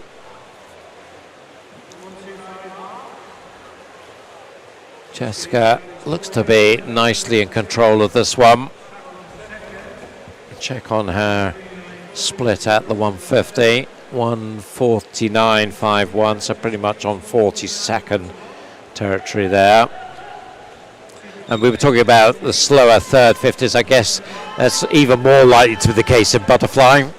Yeah, butterfly is so important to have a good rhythm all the way through the race. It's really tough physically, particularly for younger swimmers. You can see Jessica really struggling a bit on this last 50, and that could just be a function of going out not too fast but too hard, using too much energy over the first portion of the race. If it's not there, you can't use it at the end, and you've got to be really careful, particularly in butterfly at pacing. So Jessica Heaps has controlled it all the way through. Good finish from Kiana Kurtzer, who comes past Emma Finlay to take 2nd. Emma Finlay has to settle for 3rd. 2:31.30 the winning time for Jessica, so that's nicely inside her entry time by about 2.3. 2nd was Kiana, there you can see 2:33.56. And 3rd, Emma Finlay, 2:34.20.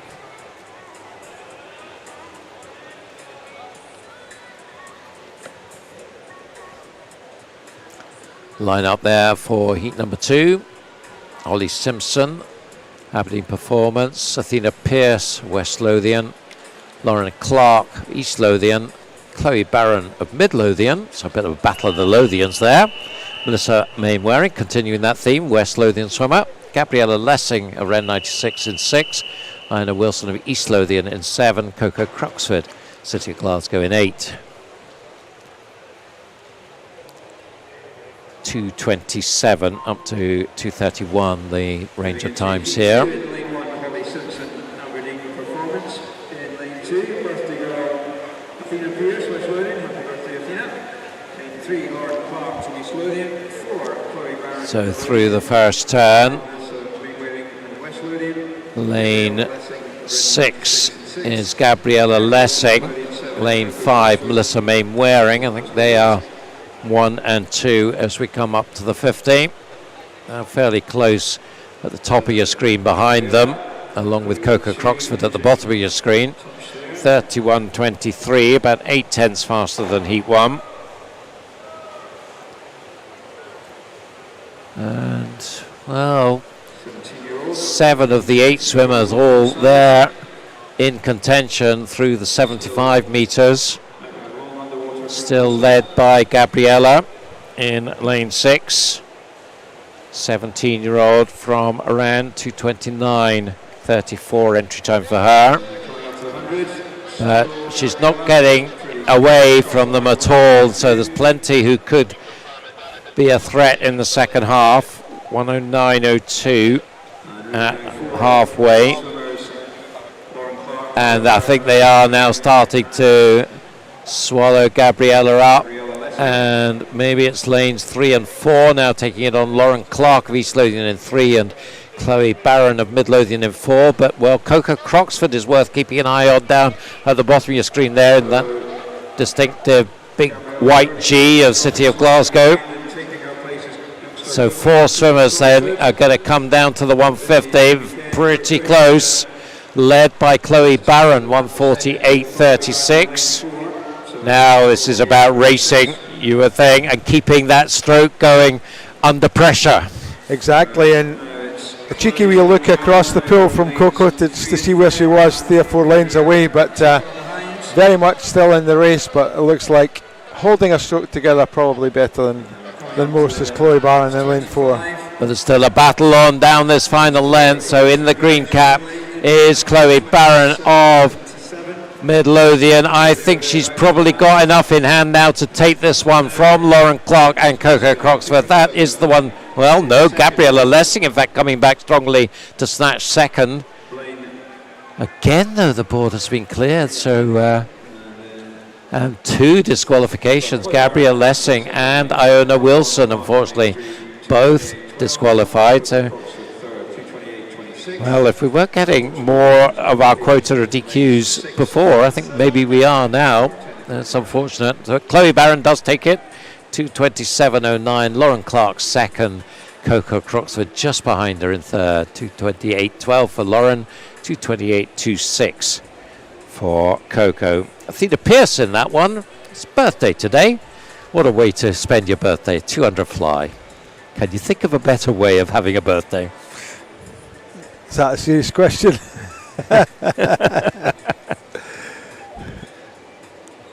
And nice stuff from Chloe there.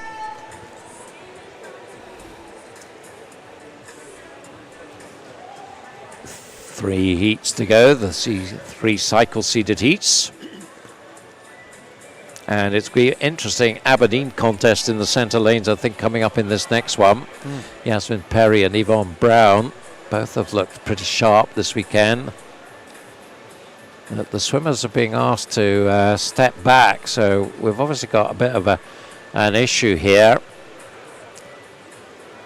that I think needs to be sorted out. Gabriella struggled. She got out a 150 on that last heat, so maybe just had a little bit of a panic attack or a difficulty, but didn't complete the race. So just looking after her, I think, before we start the next heat.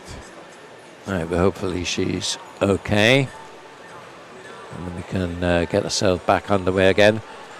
So when you've got Yasmin and Yvonne, who presumably will be going head-to-head in this one in the centre lanes, will know each other back to front from their training up in Aberdeen. Does that add an extra little dimension to it? Oh, I'm sure it does. You can be friends with your teammates, but when it comes to racing them, then you're not friends for that particular couple of minutes of effort. Of course, they are an interesting contrast because Yasmin very much is a sprinter, good at 50 and 100 fly. Yvonne much more the middle distance operator on medley, 400 IM, but 200 fly, 200 breaststroke. So it will be an interesting contrast to see. Yasmin's been doing a lot of work on her technique and on her fitness, and Yvonne, certainly her coach Patrick Miley, thinks that 200 fly is actually her better event than 400 IM. So yeah, it'll be an interesting contrast in styles, contrast in approaches, and also a very keenly contested race between the two good friends. So we are still just having to wait for this one to get away, but that looks like they're being called up now, so we should be underway.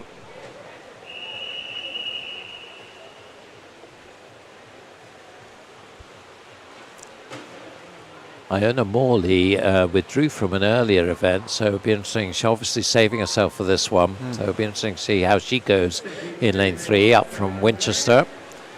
At the line-up, Thanrada McGregor of Warrender in 1, Erin Taylor of Finns in 2, Iona Morley of Winchester Penguins in 3, Yasmin Perry of Aberdeen Performance in 4, Yvonne Brown also Aberdeen Performance in 5, Isabel Wood of Stirling Swim in 6, Warrender's Millie Milne in 7, and from Geary, Nuala Gow in lane 8.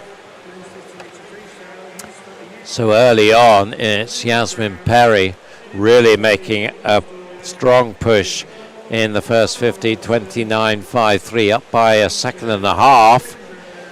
Now we've seen Yvonne Brown in the IMs in particular come back in the second half, but of course the best second half perhaps playing to her strength in the IMs, and I guess it will be using her endurance in the second half here as well, but she's got quite a long way to make up. Yeah, when you swim fly, rhythm is so important, and Yasmin's rhythm is generally a faster pace suited to the 50 and the 100. Trying to get her to go slow in the start of a 200 fly is really difficult. So she's maintaining the rhythm and the tempo, if you like, of her stroke very well here. She's feeling the pace now in terms of the physiology of this race, but she's still trying to swim with that same tempo and rhythm, and it's quite going to be difficult for Yvonne to catch her now. Yeah, this is an impressive lead from Yasmin, who looks to be pushing this very hard indeed. 138.28, about a 34.5 split for her third 50. So we're looking at maybe something in the 212, 213, 214 maybe range, depending on how hard she pushes it down the last length. No doubt she's going to take the seat very comfortably now. Yvonne Brown, I'm sure, will qualify comfortably as well. She's a long way clear of the third place contest, which is between Iona Morley and Erin Taylor there at the top of your screen. Just see them as turning as we move to focus on Yasmin coming into the wall, which she does in 2:13.40. Entry time 2:10.97, so we'll be looking for more tonight. 2:18.10 for Yvonne. I think we can definitely say the same for her. That was a pretty controlled, relaxed swim for her. No time coming up on the board for Iona Morley, so we'll just need to check that. In fact, it has come up now, and confirming her in third place. 2:25.18 ahead of Erin Taylor. 2:27.02. 2:25. Keep an eye on that time. Let's see whether Iona has done enough to get to the A final there. I think that might be pushing it. We'll see. We'll see. 2 more heats to go, of course. There's the lineup for Heat 4. Catherine Boddy, Geary, Laura Frizzell, Harts, Madeline Robertson, Kronos, Kira Schlossen, Edinburgh University, Gaia Alcaraz, and Zara Keegan, both from Aberdeen University. Abigail Stebb, Edinburgh University. Amy Ash of East Kilbride. The line up here.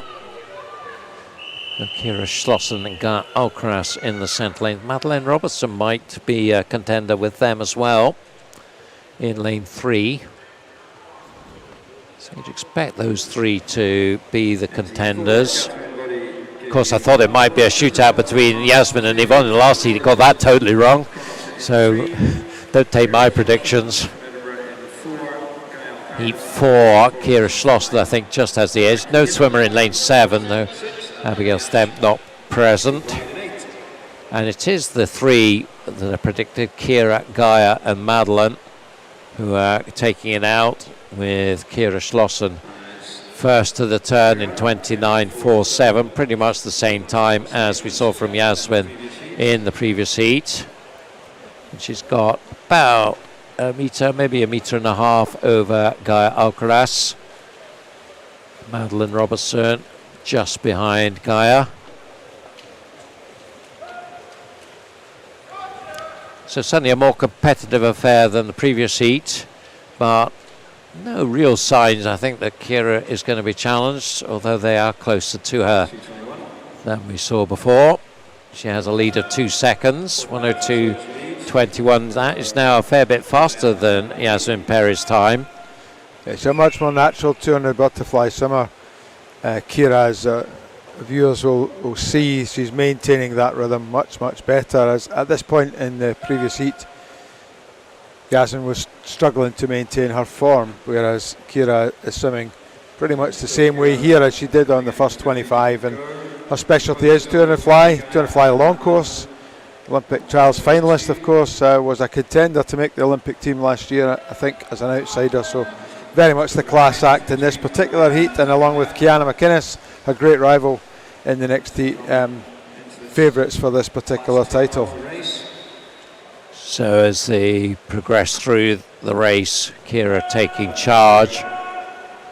Silver medalist at British Universities, 5th in the British trials in April, and will take this comfortably to 10:46, so fastest with one heat to go. 2:13.91. Madeline Robertson gets ahead of Gaia Alcaraz to take second. Gaia 2:15.27. I think she should be okay on that time. Sarah Keegan 2:20.86. So that certainly knocks out the third place swim from the previous heat. So Zara probably is the one who is there or thereabouts, depending on what happens in the next heat. But a good solid swim from Kira Schlossen.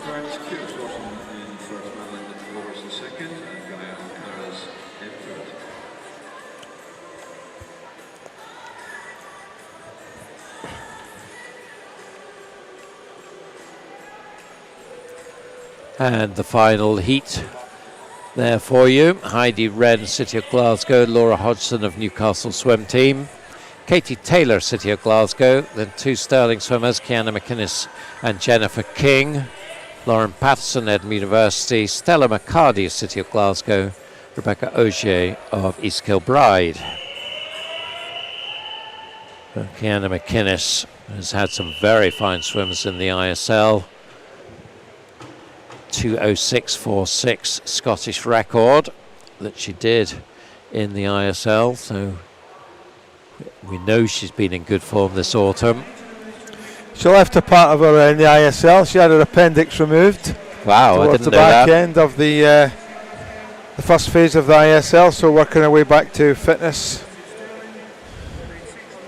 So is it reasonable for us to expect her to PB here, or who knows?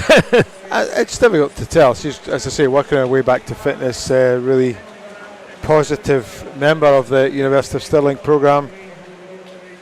As you say, contributed well to her ISL team at the start of that particular league this year. And, well, we know what she's capable of doing. She's a World Junior Championship medalist. And, as you say, national record holder now for some years. I think the first time she broke it was 2017, so it's been very much the standard bearer for this event. Interesting to see Jennifer King here, her teammate at Stirling, much more known as a backstroker, even as a 400 IMer, but no slouch at 200 butterfly either. So 102.44, very similar split to Kira Schlossen in the previous heat. For Kiana, as you said, Alan, Jennifer King going nicely in second in the purple cap. So Stirling showing a range of colours in their caps this weekend. So they are clear 1 and 2, a long way ahead of the others. Third looks like Lauren Patterson in lane 6 from Katie Taylor. That's pretty tight. 1:35.82, so now 4/10 faster than Kira Schlossen's time. So Kiana looking good here. No doubt she's going to take this heat. So will she go sub 2:10? Jennifer King, I think, pretty much assured of her final spot as well. After that, well, we'll wait and see.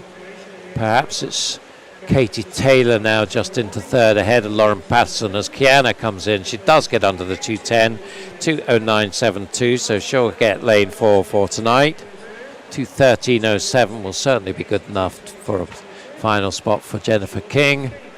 Katie Taylor in third. All the twos. 2:22.22 for Katie. And confirmation of that on the board for you. And we should see the top 8 coming up anytime soon. Suspense is killing. There we go. Zara Keegan getting in 8th. Katie Taylor just missing out. She'll be in the B final. And down to Rebecca Ogier getting a second swim as well. Lauren Clark is the one who just misses out on that. But that was a good effort from Lauren Clark to be so close from an unseeded, one of the uncycle seeded heats. And you never know, there might be a pull-out, in which case she'll get a swim. So we go now back to hundreds, 100 backstroke for the men.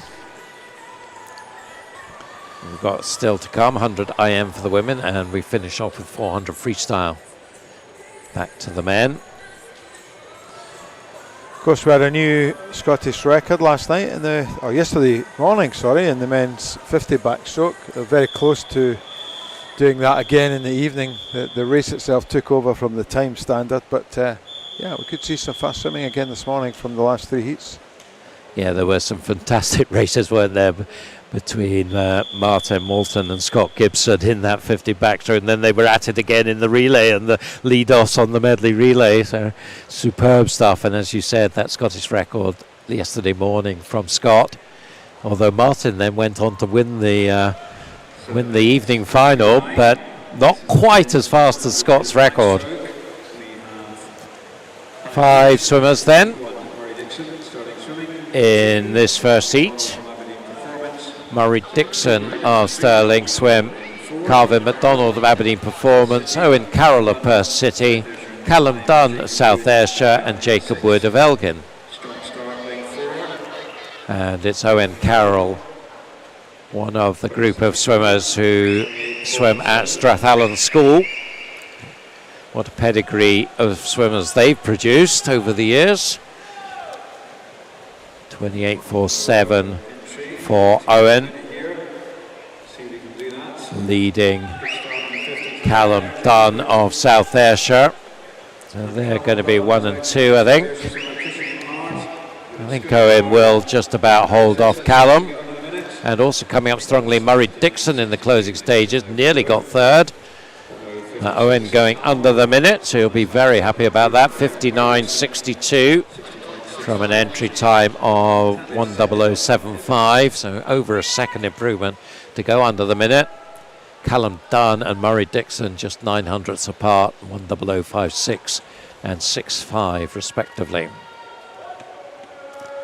On to heat 2, we've got that young man Dean Fern back again for South Aberdeenshire in lane 1.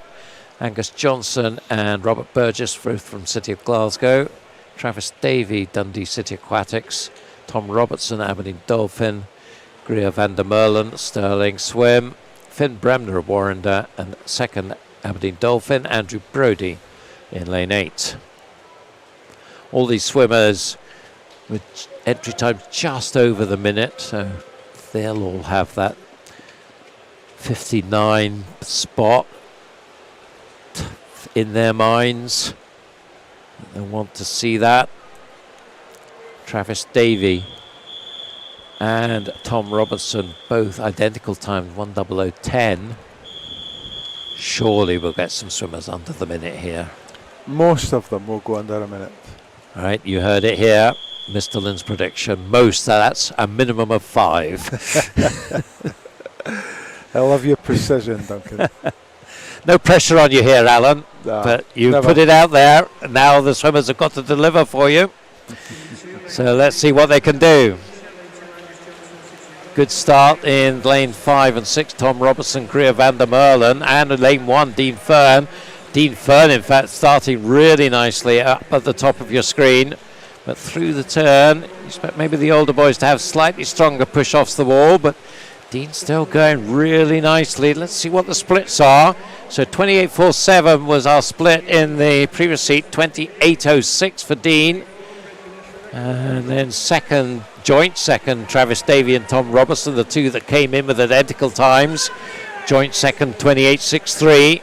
Also up there, Robert Burgess in lane 3. So this is a really tight contest. Now let's see who's going to go through and get this and who's going to get under the minute. Robert Burgess certainly up there, but I think Dean Fern is still going to hold on and take this one. He's definitely going under the minute, 58.89. Robert Burgess joins him, and Tom Robertson also getting under the minute. 3 of the 5 there. And, well, let's just wait and see. Because once again, here in the venue, the scoreboard has been cleared, which means that we've got another possible problem. But that was another very impressive swim from Dean Fern. He is just churning them out time after time here. The 13-year-old from South Aberdeenshire, I think based in Stonehaven. The good news is all the times are, you got 4 out of 8. Does that count as most? Well, we'll give you the benefit of the doubt on a tie break. So 58.89, 59.31 for Robert Burgess, 59.63 Angus Johnson, and Tom Robertson, 59.97 are the 4 who got under that magic minute. So Paul, was that a record? And that was another 13-year-old national age group record from young Mr. Dean Fern. So continuing fantastic stuff from him. Taking the record of the summer in lane 4, and then this next heat, Mark Ford. All right, that's a good record to get. Mark Ford's been European junior swimmer. And there's Scott Gibson we were talking about earlier. He's in lane 5 beside Mark Ford. The full lineup: Jake Kirkham, Alexander Harris, Raiz Wali, Mark Ford, Scott Gibson, Alex Sargent, William Storag, Kieran Brackenser. And no surprise to see Scott Gibson off strongly. Slightly surprising to see us coming in on a 55. He did a 53.6 at Bucks in November. So we'll be expecting to see him more in that sort of territory today. 25.32 for him, 25.73 for Mark. Second, Raiz Warley in third, but he's quite a long way back. So this is Scott Gibson and Mark Ford. And Scott, out of the final turn, is going to bring this one in. He's up by about maybe 1.5 meters, 2 meters, 52.75. So that's really good. That was faster by nearly a second than he did in Sheffield. So he's continuing that, and of course, and Scottish age group record for Mark Ford as well, 53.78. So he lost one and he won one. Can't say fairer than that. His 13-year-old record's gone, but he's picked up the 18-year-old record, so well done to him. And 52.75, though, that was impressive from Scott. And it's important, I guess, that he steps up from the 50 to the 100 and really shows, you know, we like to have a good, strong medley relay team. We want to see swimmers competing in that 100 backstroke as well. I think set up for a bright year for Scott, hopefully. There's others, of course, who could challenge him for it as well. Well, they're all in this event, Duncan, that's for sure. You know, we've got Martin coming up here. We've got the youngster, Matthew Ward, and Craig McNally, of course, national record holder in the last heat. Yep. So it's great when you do have competition for places, because we can send up to 3 swimmers in each event, I think, if I'm right. That's correct. For the Commonwealth Games, with the lineup here: Brendan Johnson, Conor Massey, Jamie Ferguson, Martin Walton, Sam Pease, Nokia Edgar in 6, Charlie Poole and Marcus Scullion. So Martin Walton will have seen what Scott Gibson did. It was a 25.32, so not as fast from Martin at the split, 25.75. 26.35 for Sam Pease, and then Conor Massey in third place in lane 2. And Martin lost a bit to Sam in that turn. So this is becoming a bit tighter than it was, but Martin is going to see it through in 53.92. Second, Sam Pease, 54.25. Very nice turn and final 25 from him. And Charlie Poole coming through to take third place.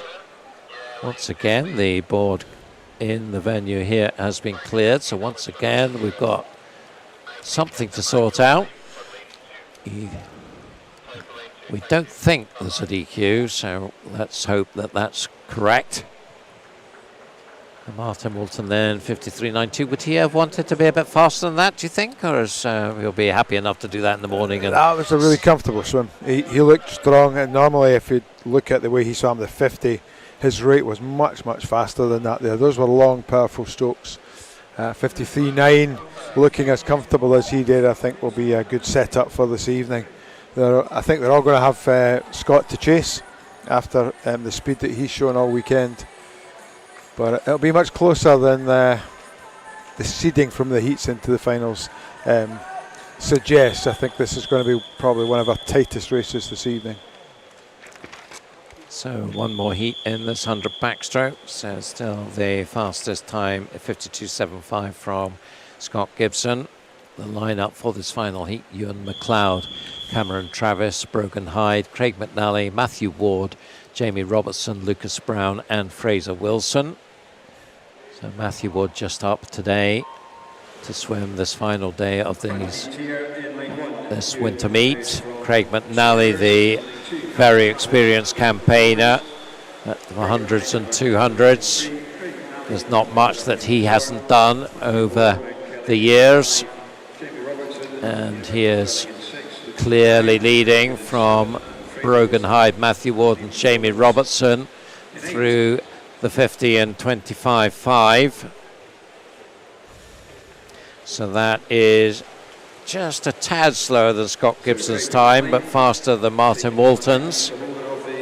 He's pretty much on his own. There's tight for second now. Hyde, Ward and Robertson all there or thereabout. Matthew Ward just recently breaking the Scottish junior record. We'll keep an eye on that. That's going to survive from now anyway. 53.69 though, the winning time for Craig McNally. So that I think will give him lane. I'm not sure whether they'll give him lane 5 or lane 3, but certainly don't give him lane 4. That will be Scott Gibson. Matthew Ward 54.71, so he'll be there, I'm sure. And there's the lineup in the top 8. Connor Massey just making it into the A final. Lucas Brown just making it into the B final, and the youngster will be heading the youth final, Dean Fern, so he'll be in lane 4 in that youth final, barring any withdrawals from the senior finals. So good solid swim from Craig there. Do you think push it out more tonight? Oh yeah, I think they're all going to be chasing Scott Gibson with his turn of speed. I think both Craig McNally and Martin Walton were holding something back there. I think experienced campaigners that they are were not at full tilt this morning. So yeah, I expect a much closer race this evening. And don't count out Mark Ford. That was a very solid heat swim from him too. So it could be a good foursome going there, but now it's 100 IM for the girls.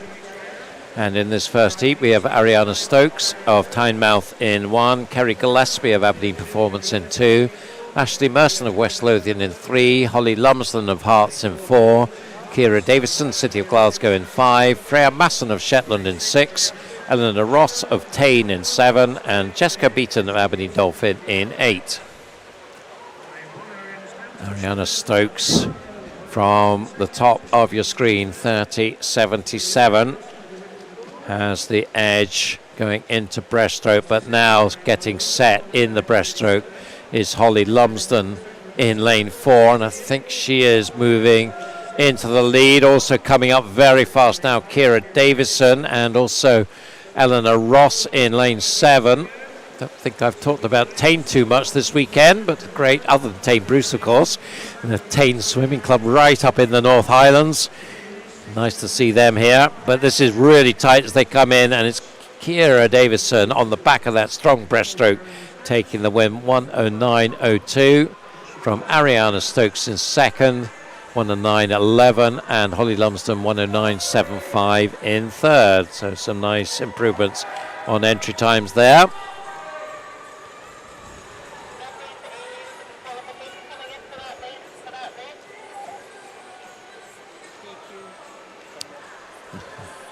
Looks like we've had another disqualification in that race. The scoreboard has disappeared on us, so just wait for confirmation.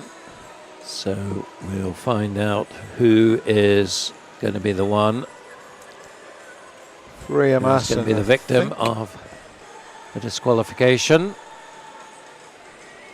Just have to wait patiently while the officials decide for definite.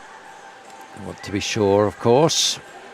But it clearly was an illegal, whatever it was. And they're taking their time to decide on this one. 100 IM then, Alan, of course, doesn't get swum that often, and obviously only can be swum in short course events. I guess they swim it in World Short Course, do they? I assume they do. Yes. Yeah, I thought Just it would as, do. as in I guess ISL. that's about your only chance to swim it at other than ISL, of course, where it's swum. There's, but for these swimmers, they'll treat it as. How will they treat it? I won't suggest how they will. Ask you. Well, it's a race, so there's an opportunity to swim a best time or to make a final or to win an event. So they'll take it as seriously as it deserves, but it won't feature heavily in anyone's programme. In fact, unless they were just a little tiddler who started competing, where they might do 50s on the 4 strokes and 100 IM as a sort of complete set, it's not really something that people will spend an awful lot of time and effort preparing for, but still wanting to do their best in events such as this and in the higher championship events that you've outlined. So yeah, they'll be here to race, they'll be here to win, particularly in these later heats, and setting PBs for the earlier heats is exactly what you would want them to do. It's a good sign of progress on all 4 strokes. And unfortunately we did have a disqualification in that first heat. It was lane 6, Freya Masson. So she was out, and we moved to heat number 2. Ella Stevenson of Bells Hill in 2, Natalie Jones, Warrender in 3, and also from Warrender, Sophie Hall in 4, Amber Stevenson of South Ayrshire in 5, Faith Uder, Aberdeen Dolphin in 6, Sienna Perry of Aberdeen Performance in 7, and Ailey Robertson of South Ayrshire in 8. Really tight here, but I think maybe lane 5, Amber Stevenson, is just going to lead them through, which she does in 30.35, 4/10 faster than heat 1. And again, maybe we'll see things changing in the breaststroke. Faith Uder pushing it on, also coming up now Sophie Hall in lane 4, and it's Sophie, I think, who's taking it on. Ailey Robertson as well in lane 8, but Sophie Hall now just ahead of Amber Stevenson. But look at Ailey Robertson down at the bottom of your picture. She is right in the mix. Faith Uder pushing hard in 6. So this is going to be tight here. Maybe it's Sophie Hall in lane 4, just with the strength in the freestyle to get that one done. 1:07.30 for her.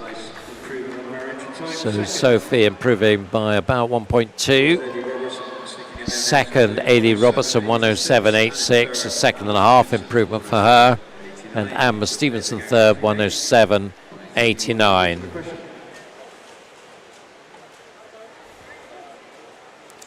Of course, with these swimmers and all of the limitations that we've had with COVID, they've all had opportunities for some sort of events in the districts across the autumn with time trials and the like. But sometimes they'll be using quite old times, I guess pre-COVID times as well. I think so.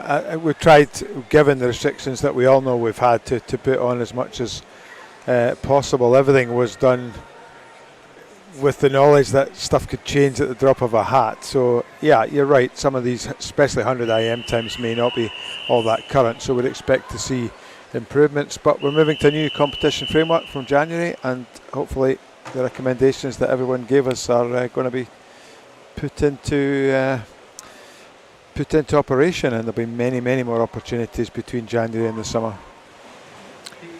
And we'll be keeping our fingers crossed that hat carries on unrestricted. So heat 3, Erin Taylor of Finns, Catriona Stewart of Western Bartonshire, Rebecca Reid of Aberdeen, Cara Hanlon, Edinburgh University, Yasmin Perry not swimming in 5, Louise Edmonds of Royal Wolverhampton School in 6, Rowan Saunders of Hearts in 7, Anya Slesser of Aberdeen Performance in 8. So we were talking about Cara Hanlon in the context of breaststroke earlier. Now we see her in the IM, not leading at halfway. That's Rebecca Reid in lane 3, but now we go into the breaststroke. We'd expect her to come through to lead. Louise Edmonds going very nicely in lane 6, but here comes Cara and into the lead. You can see in the black cap in lane 4, and a clear lead now at the 75 of about a body length over Louise Edmonds. That's looking like the 1-2 with the early leader Rebecca Reid now in 3rd spot. Strong freestyler, so she'll not lose that position. 1:04.34 for Cara. So that sets the standard for the next 2 heats. 2nd place Louise Edmonds in 1:05.35. That's nicely inside her entry time by 2nd and a quarter. And Rebecca Reid 1:06.03 taking 3rd. But once again, the board has been cleared. We're getting the vibe that this isn't a DQ this time. Let's hope that's right. And that is confirmed now. You can see it on your screen. 1:04.34, then the winning time for Cara. Louise and Rebecca 2nd and 3rd. So again, Cara, very much the breaststroke specialist, so that's an opportunity just to get something under the belt in terms of a 4-stroke approach. I don't remember her doing 200 IM much as... No,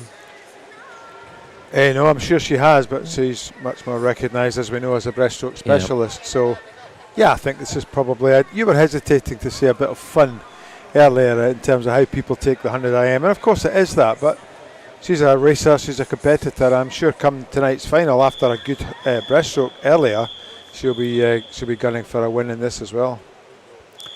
That's the lineup for Heat 4. Marie Wood, Aberdeen Performance, Isla Yule, South Aberdeenshire, Scarlett Ferris, Dundee City Aquatics, Anna Morgan, University of Stirling, Emily Grant, University of Aberdeen, Amy Watson of Inverclyde, Perth's Elise Cousins, and Dundee's Martha Reeves. So 1:03 up to 1:08 the entry times here. Great start from Elise Cousins of Perth in lane 7, and Scarlett Ferris, of course, backstroke specialist we saw earlier in the 50 back, and she is now pushing it on in lane 3. But Emily Grant, in fact, just has the edge on her, 28.78. That's quite a bit faster than we saw for the halfway split in the previous heat. But of course, we had the breaststroke specialist Cara Hanlon, and Anna Morgan, I guess, is a breaststroke specialist, and she's coming through now in lane 4 and has the advantage over Scarlett Ferris and Emily Grant, the 2 backstrokers. And, well, Emily Grant is going to push Anna, I think, down this last 25. The 2 of them coming in almost together. Let's see who gets the touch. Ooh, it was just Anna. 1:04.25 from Emily, 1:04.66, and Scarlett 1:05.10 in 3rd. So that ended up just 900ths faster than Cara Hanlon's time. Swam quite differently, I suppose. It was faster in the first half and not as fast in the second half, but the end result is pretty much the same. That's the beauty, I guess, of the 100 IM. You just get these little peaks and troughs across the different strokes, different strengths. It's going to be quite tight to make this final for some of these girls who didn't come first or second in the 2 seeded heats. Line up there for the final heat.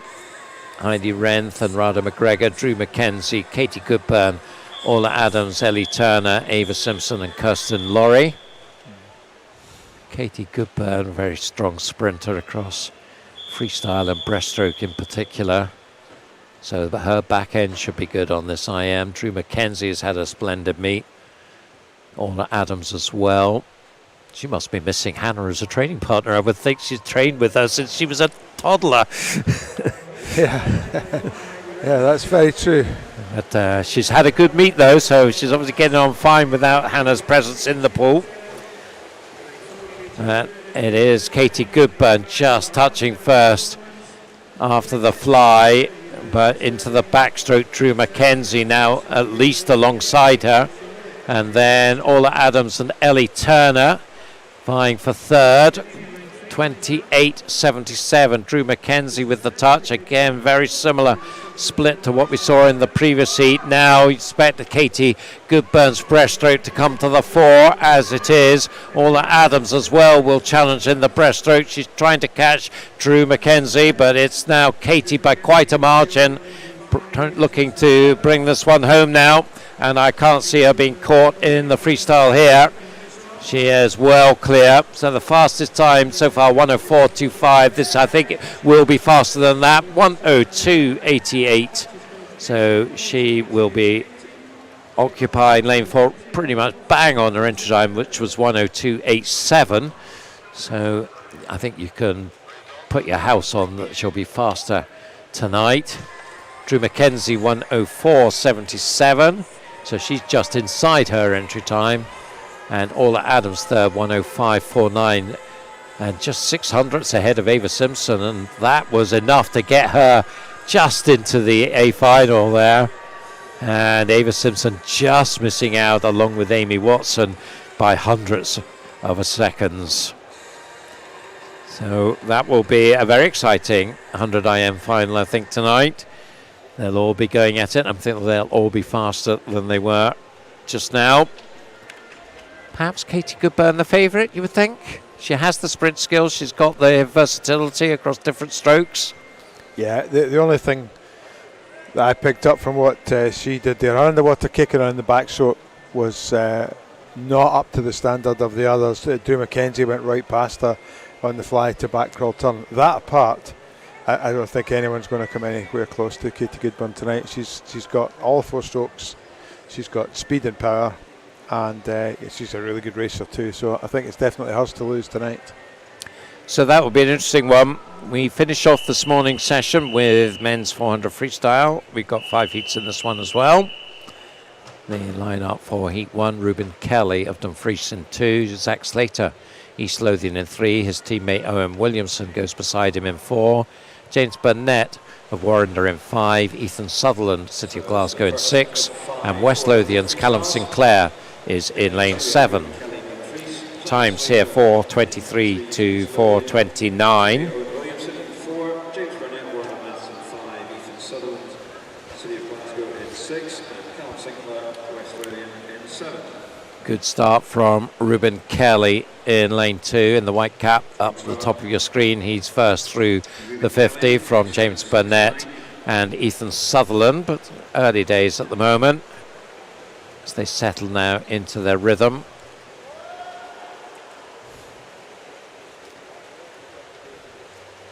It's still Ruben with the advantage. And coming up towards the 100, he is first through, 59.48, so about half a second up on James Burnett in second. Then pretty close for third, just with Ethan Sutherland from Owen Williamson. And Zach Slater just a little bit back on them. Still Ruben and James. Do you worry when an outside lane swimmer goes out very fast in a middle distance event like this, or do you have faith that they have got it right and they're just going to do a fantastic swim?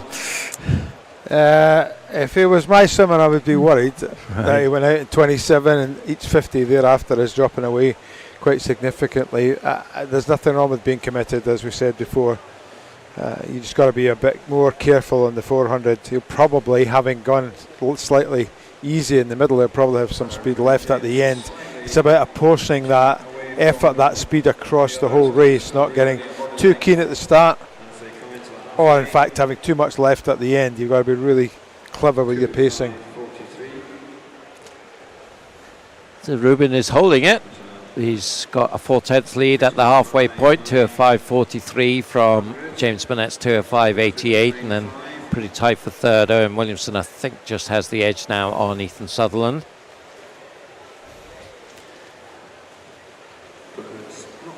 So if Ruben can hold on to this lead, he'll be doing mighty well. It's pretty close now. He still has it by 3/10, so he only lost a tenth or so of his lead in that last 50. Pretty tight now. Owen Williamson trying to make some ground in lane 4. And then Ethan Sutherland and Zach Slater behind him. So this could tighten up in the second half. But Ruben Kelly will be trying to hang on. And, well, he's more than hanging on at the moment. He's just increased his lead a bit.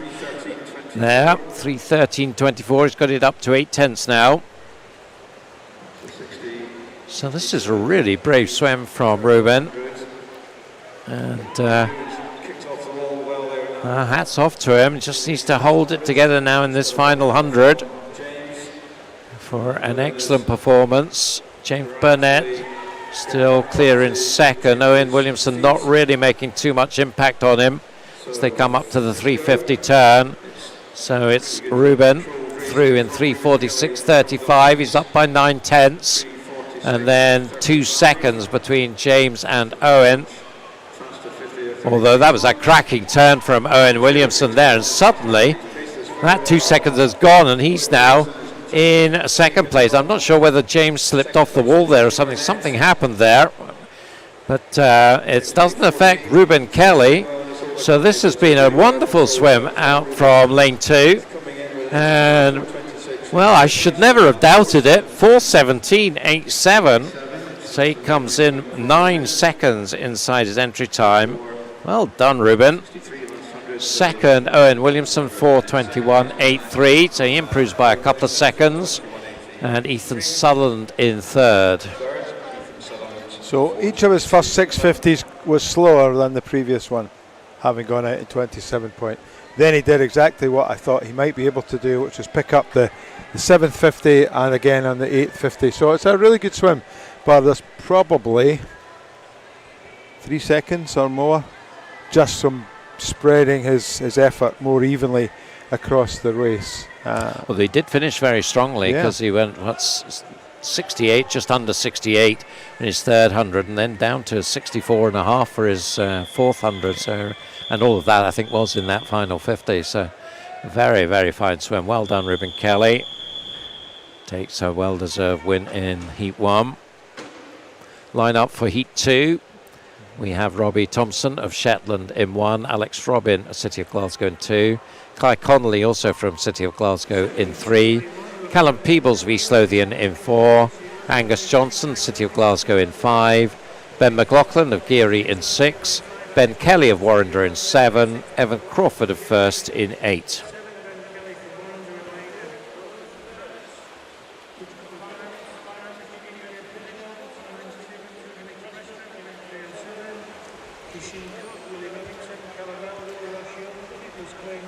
So it's Callum Peebles just with the advantage at the 50.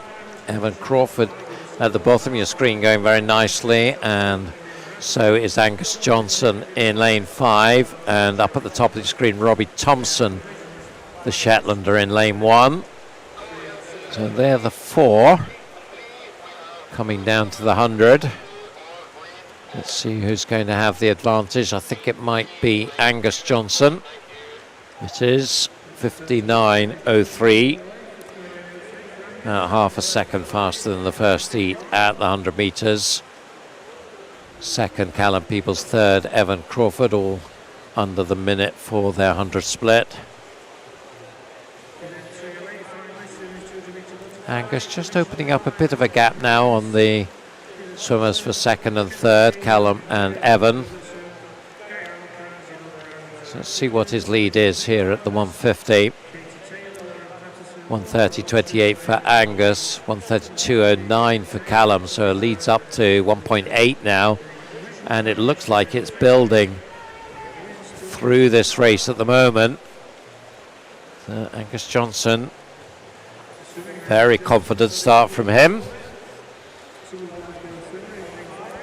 Much more like it in terms of pacing, controlled.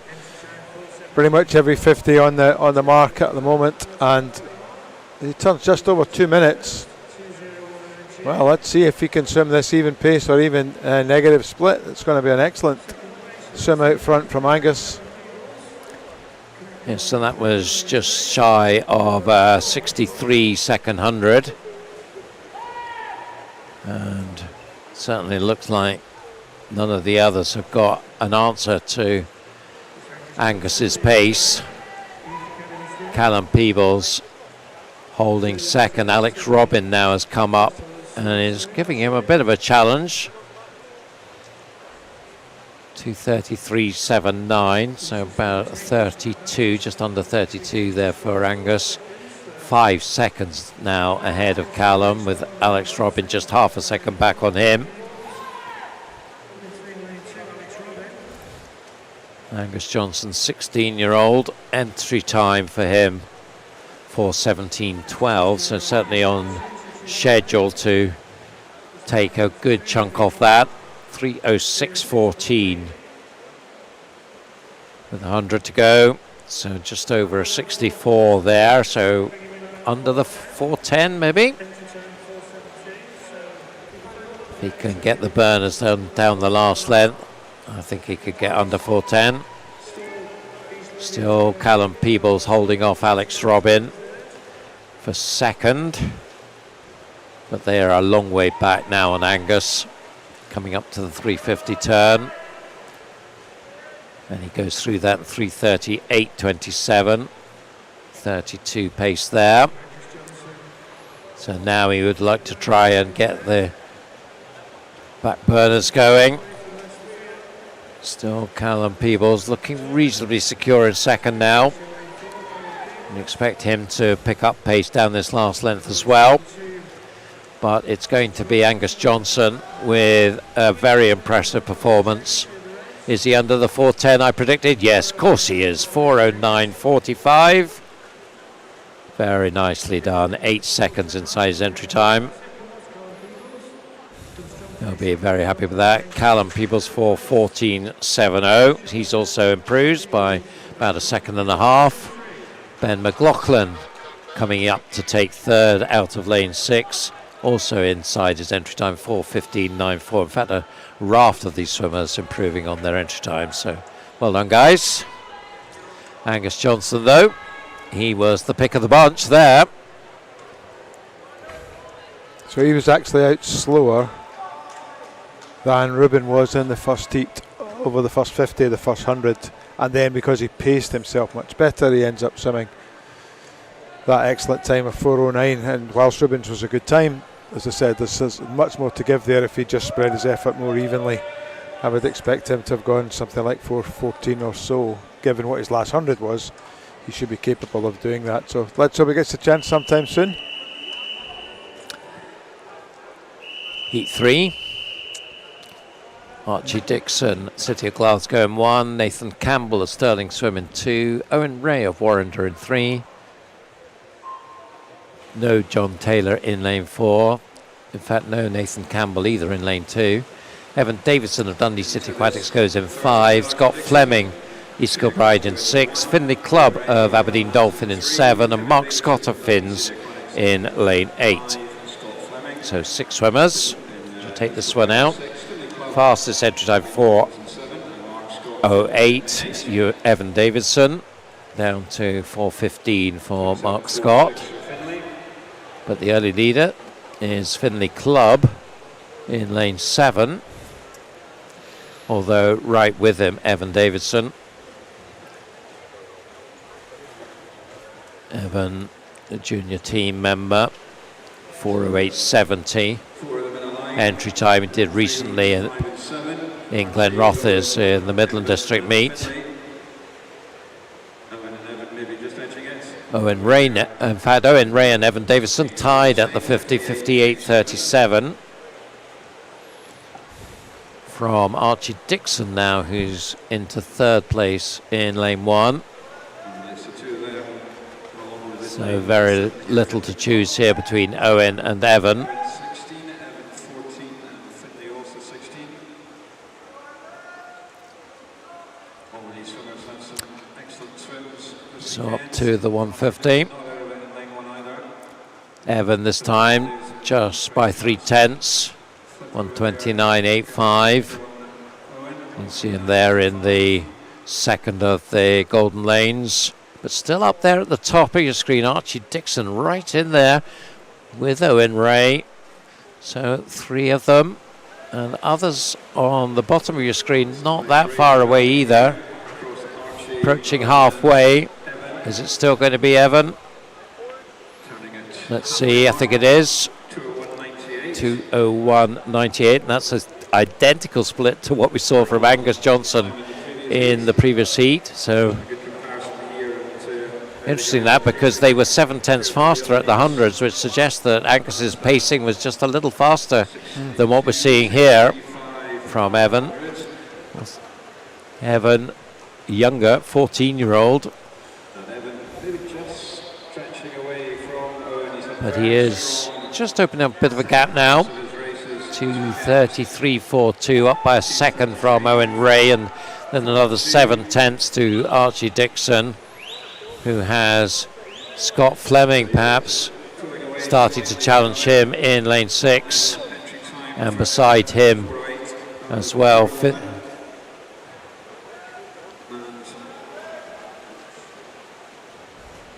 Typically very strong in the second half. Evan, the way he swims, and certainly showing signs of that here. 62 seconds for that third 100. Yes, that was a strong 50 there from Evan, and certainly he is pushing it on strong now. Tight for second still. Owen Ray, Scott Fleming, who's gone past Archie Dixon. So 50 to go. 3:35.37. So just over 30 second split there. So 4:08 entry time, I think, will be beaten here for Evan. Question is by how much? Really impressive the way he's managed this swim. Owen Ray looks set for second, but this is Evan Davidson. Great stuff. 4:04.63.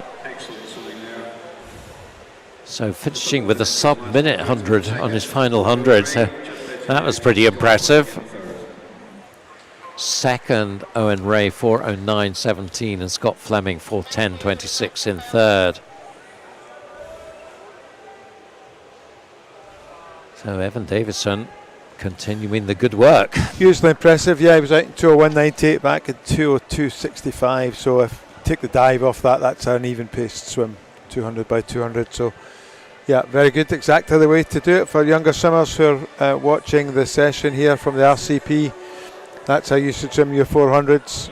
Swim more like Evan, less like Ruben.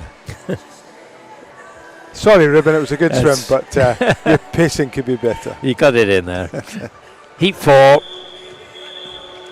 Rory McKinnon, City of Glasgow in 1. Finlay Saunders, Edinburgh University in 2. Cameron Travis, Aberdeen Performance in 3. Reg Lloyd of University of Stirling in 4. Andrew Patoli of Ellesmere College Titans in 5. Charlie Poole, University of Stirling in 6. Michael Flynn, City of Glasgow in 7. And Stefan Kravis, East Lothian in 8. Reg Lloyd with the fastest entry time here, 3:46 on paper, 10 seconds faster than anybody else. So we'll see how that works out. The time that he's entered on is a time he did a long time ago, back in 2019 at the Swim England Winter Championships. So a time that is 2 years old, pre-COVID. I'm very impressed with Andrew Bertoli's versatility this weekend. It first came to attention, I think, when you and I commentated on the Glasgow meet just before the summertime, and he swam well in the afternoon session on 400 IM, but now part of the National Junior Team programme. Swam a range of events this weekend and has been in Glasgow for a few days before the meet, and speaking to Ian Wright, the head coach there, before the session this morning, he's also impressed with Andrew's not just versatility but willingness to learn and openness to new ideas. So well done to him, and more power to him as this season develops. So there's a good contest brewing here with lane 6 Charlie Poole, lane 5 Andrew Bertoli that you were just talking about, Alan, and lane 4 Reg Lloyd. Now the 1, 2, 3 through the 150 in that order. Just 1700s between Charlie and Andrew. Andrew Bertoli, 17-year-old. Of course, Ellesmere College, a fantastic program that they've got there. They just churn them out, don't they? A brilliant swimmer after brilliant swimmer. And Andrew is certainly one of those. Just tucked in behind Charlie Poole now at the halfway point. Only a 10th in it. 156.85 and 156.95, and then only 4/10 back to Reg Lloyd as well. So it's still very much a three-way contest here. Of course, just the 2 cycle-seeded heats in the 400, so this one and the next one, where we've got some pretty exciting 400 swimmers to come. So these 3 guys will want to post good times and just make sure of their spot in the A final. And certainly you would think they're on target to do that. For the first time, Andrew Bertoli hits the front, 227.43, up by just over a 10th. Reg Lloyd starting to move up as well in lane 4. So he's gone past Charlie Poole and will be trying to get on terms with Andrew Bertoli, but Andrew at the moment just with perhaps half a meter's advantage as they come to 300. Although that is tightening. In fact, Reg Lloyd getting the touch. Didn't see that coming. 258.15. And pretty nifty through the turn, Reg there. So Andrew Bertoli now will try and claw it back again. And that was a nice turn from Andrew that time. And he's now alongside Reg. Looks like might be these 2. Don't discount Cameron Travis, who has been sneaking up in lane 3. So keep your eyes on him as well. He'll be looking for a place in the A final tonight. The youngster from Aberdeen Performance, 17-year-old. But this is going to be Lloyd versus Bertoli now in the final length. And it's advantage Reg Lloyd, but not by much, as they come down. Now, are they going to race it, or are they going to be content to come in side by side? Neither, I think, pushing it that hard, but it will be Reg Lloyd just doing enough to keep Andrew Bertoli behind him in 357.50. So I think that we will see more from him tonight. Andrew Bertoli not far away from his entry time, 358.09 for him. Cameron Travis 359.81. So they're the 3 under the 4 minutes from that heat. Charlie Poole 4:00.65. We'll keep an eye on that time to compare with the times in the heat that's coming up. Our last heat of the morning session. The lineup on the board for you: Alex Sargent and Pierce Greening, both from the University of Stirling. Liam McLaughlin, Edinburgh University. Then 3 more from University of Stirling: Stephen Milne, Jack Munsey, Angus Allison. Jude Lydiard, Edinburgh University in 7. Luke Hornsey, East Lothian in 8. So we saw a terrific 800, didn't we, on Friday night? Stephen Milne and Jack Munsey really battling it out. Stephen Milne, the old hand, holding off the young whippersnapper Jack Munsey, but it was a good race. Yeah, it was. Jack has had a really terrific few weeks with the Bucks Championship, and now this weekend on middle and longer distance freestyle. A great 200 as well.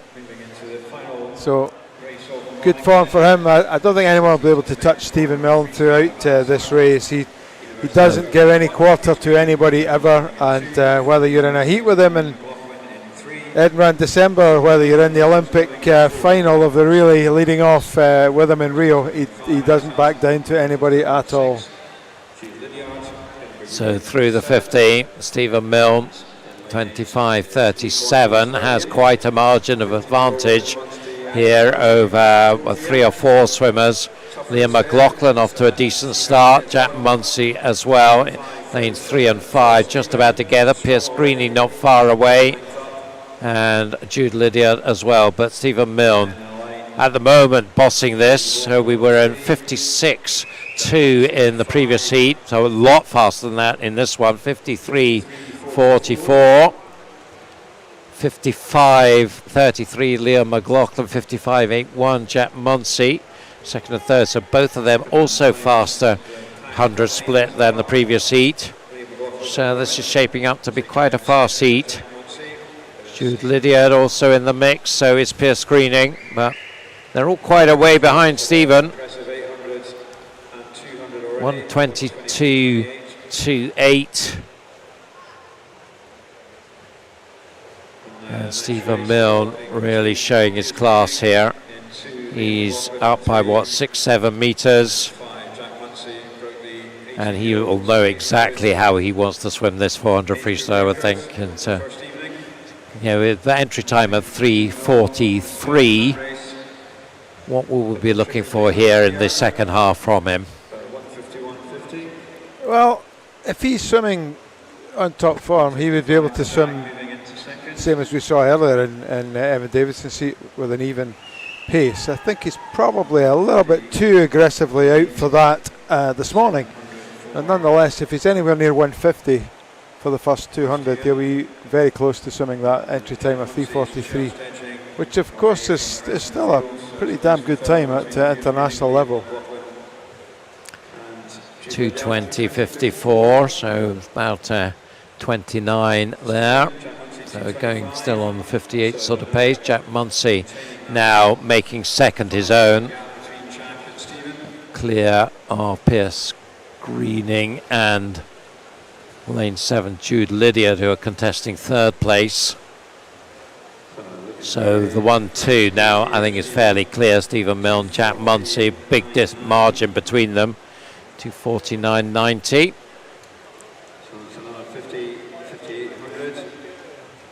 And 2:56.20 for Jack. 2:57.91 Jude Lydiard has the edge on Pierce Greening. And 50 to go for Stephen. 3:18.85. Let's see, a big lead now. As Jack turns, he goes past the 15-meter marker.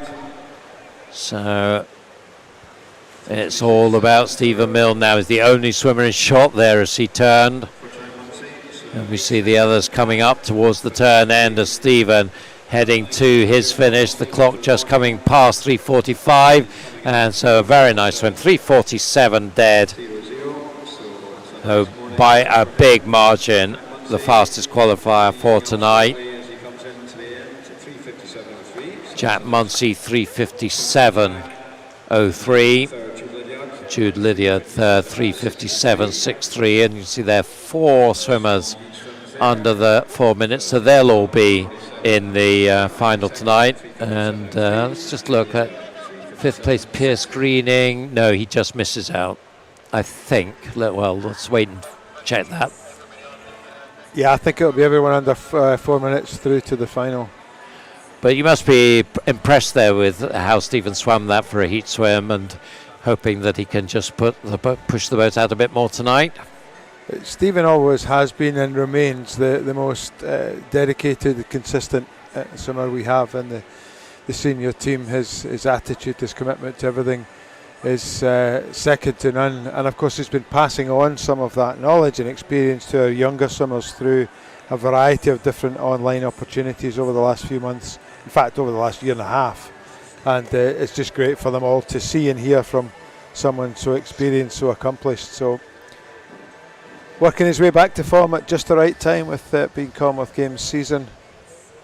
So that draws the morning session, session 7 of these championships, to a close. Very Much enjoyed your company. Enjoyed your company, Alan, this morning. Thank you very much for coming in and joining me in the commentary box. As you can see on the screen there, we'll be back for the afternoon session at start swimming at 1:30. The transmission will start at 1:25, so we hope to see you all then. But for now, from the Royal Commonwealth Pool, we'll bid you a very good morning. Good morning.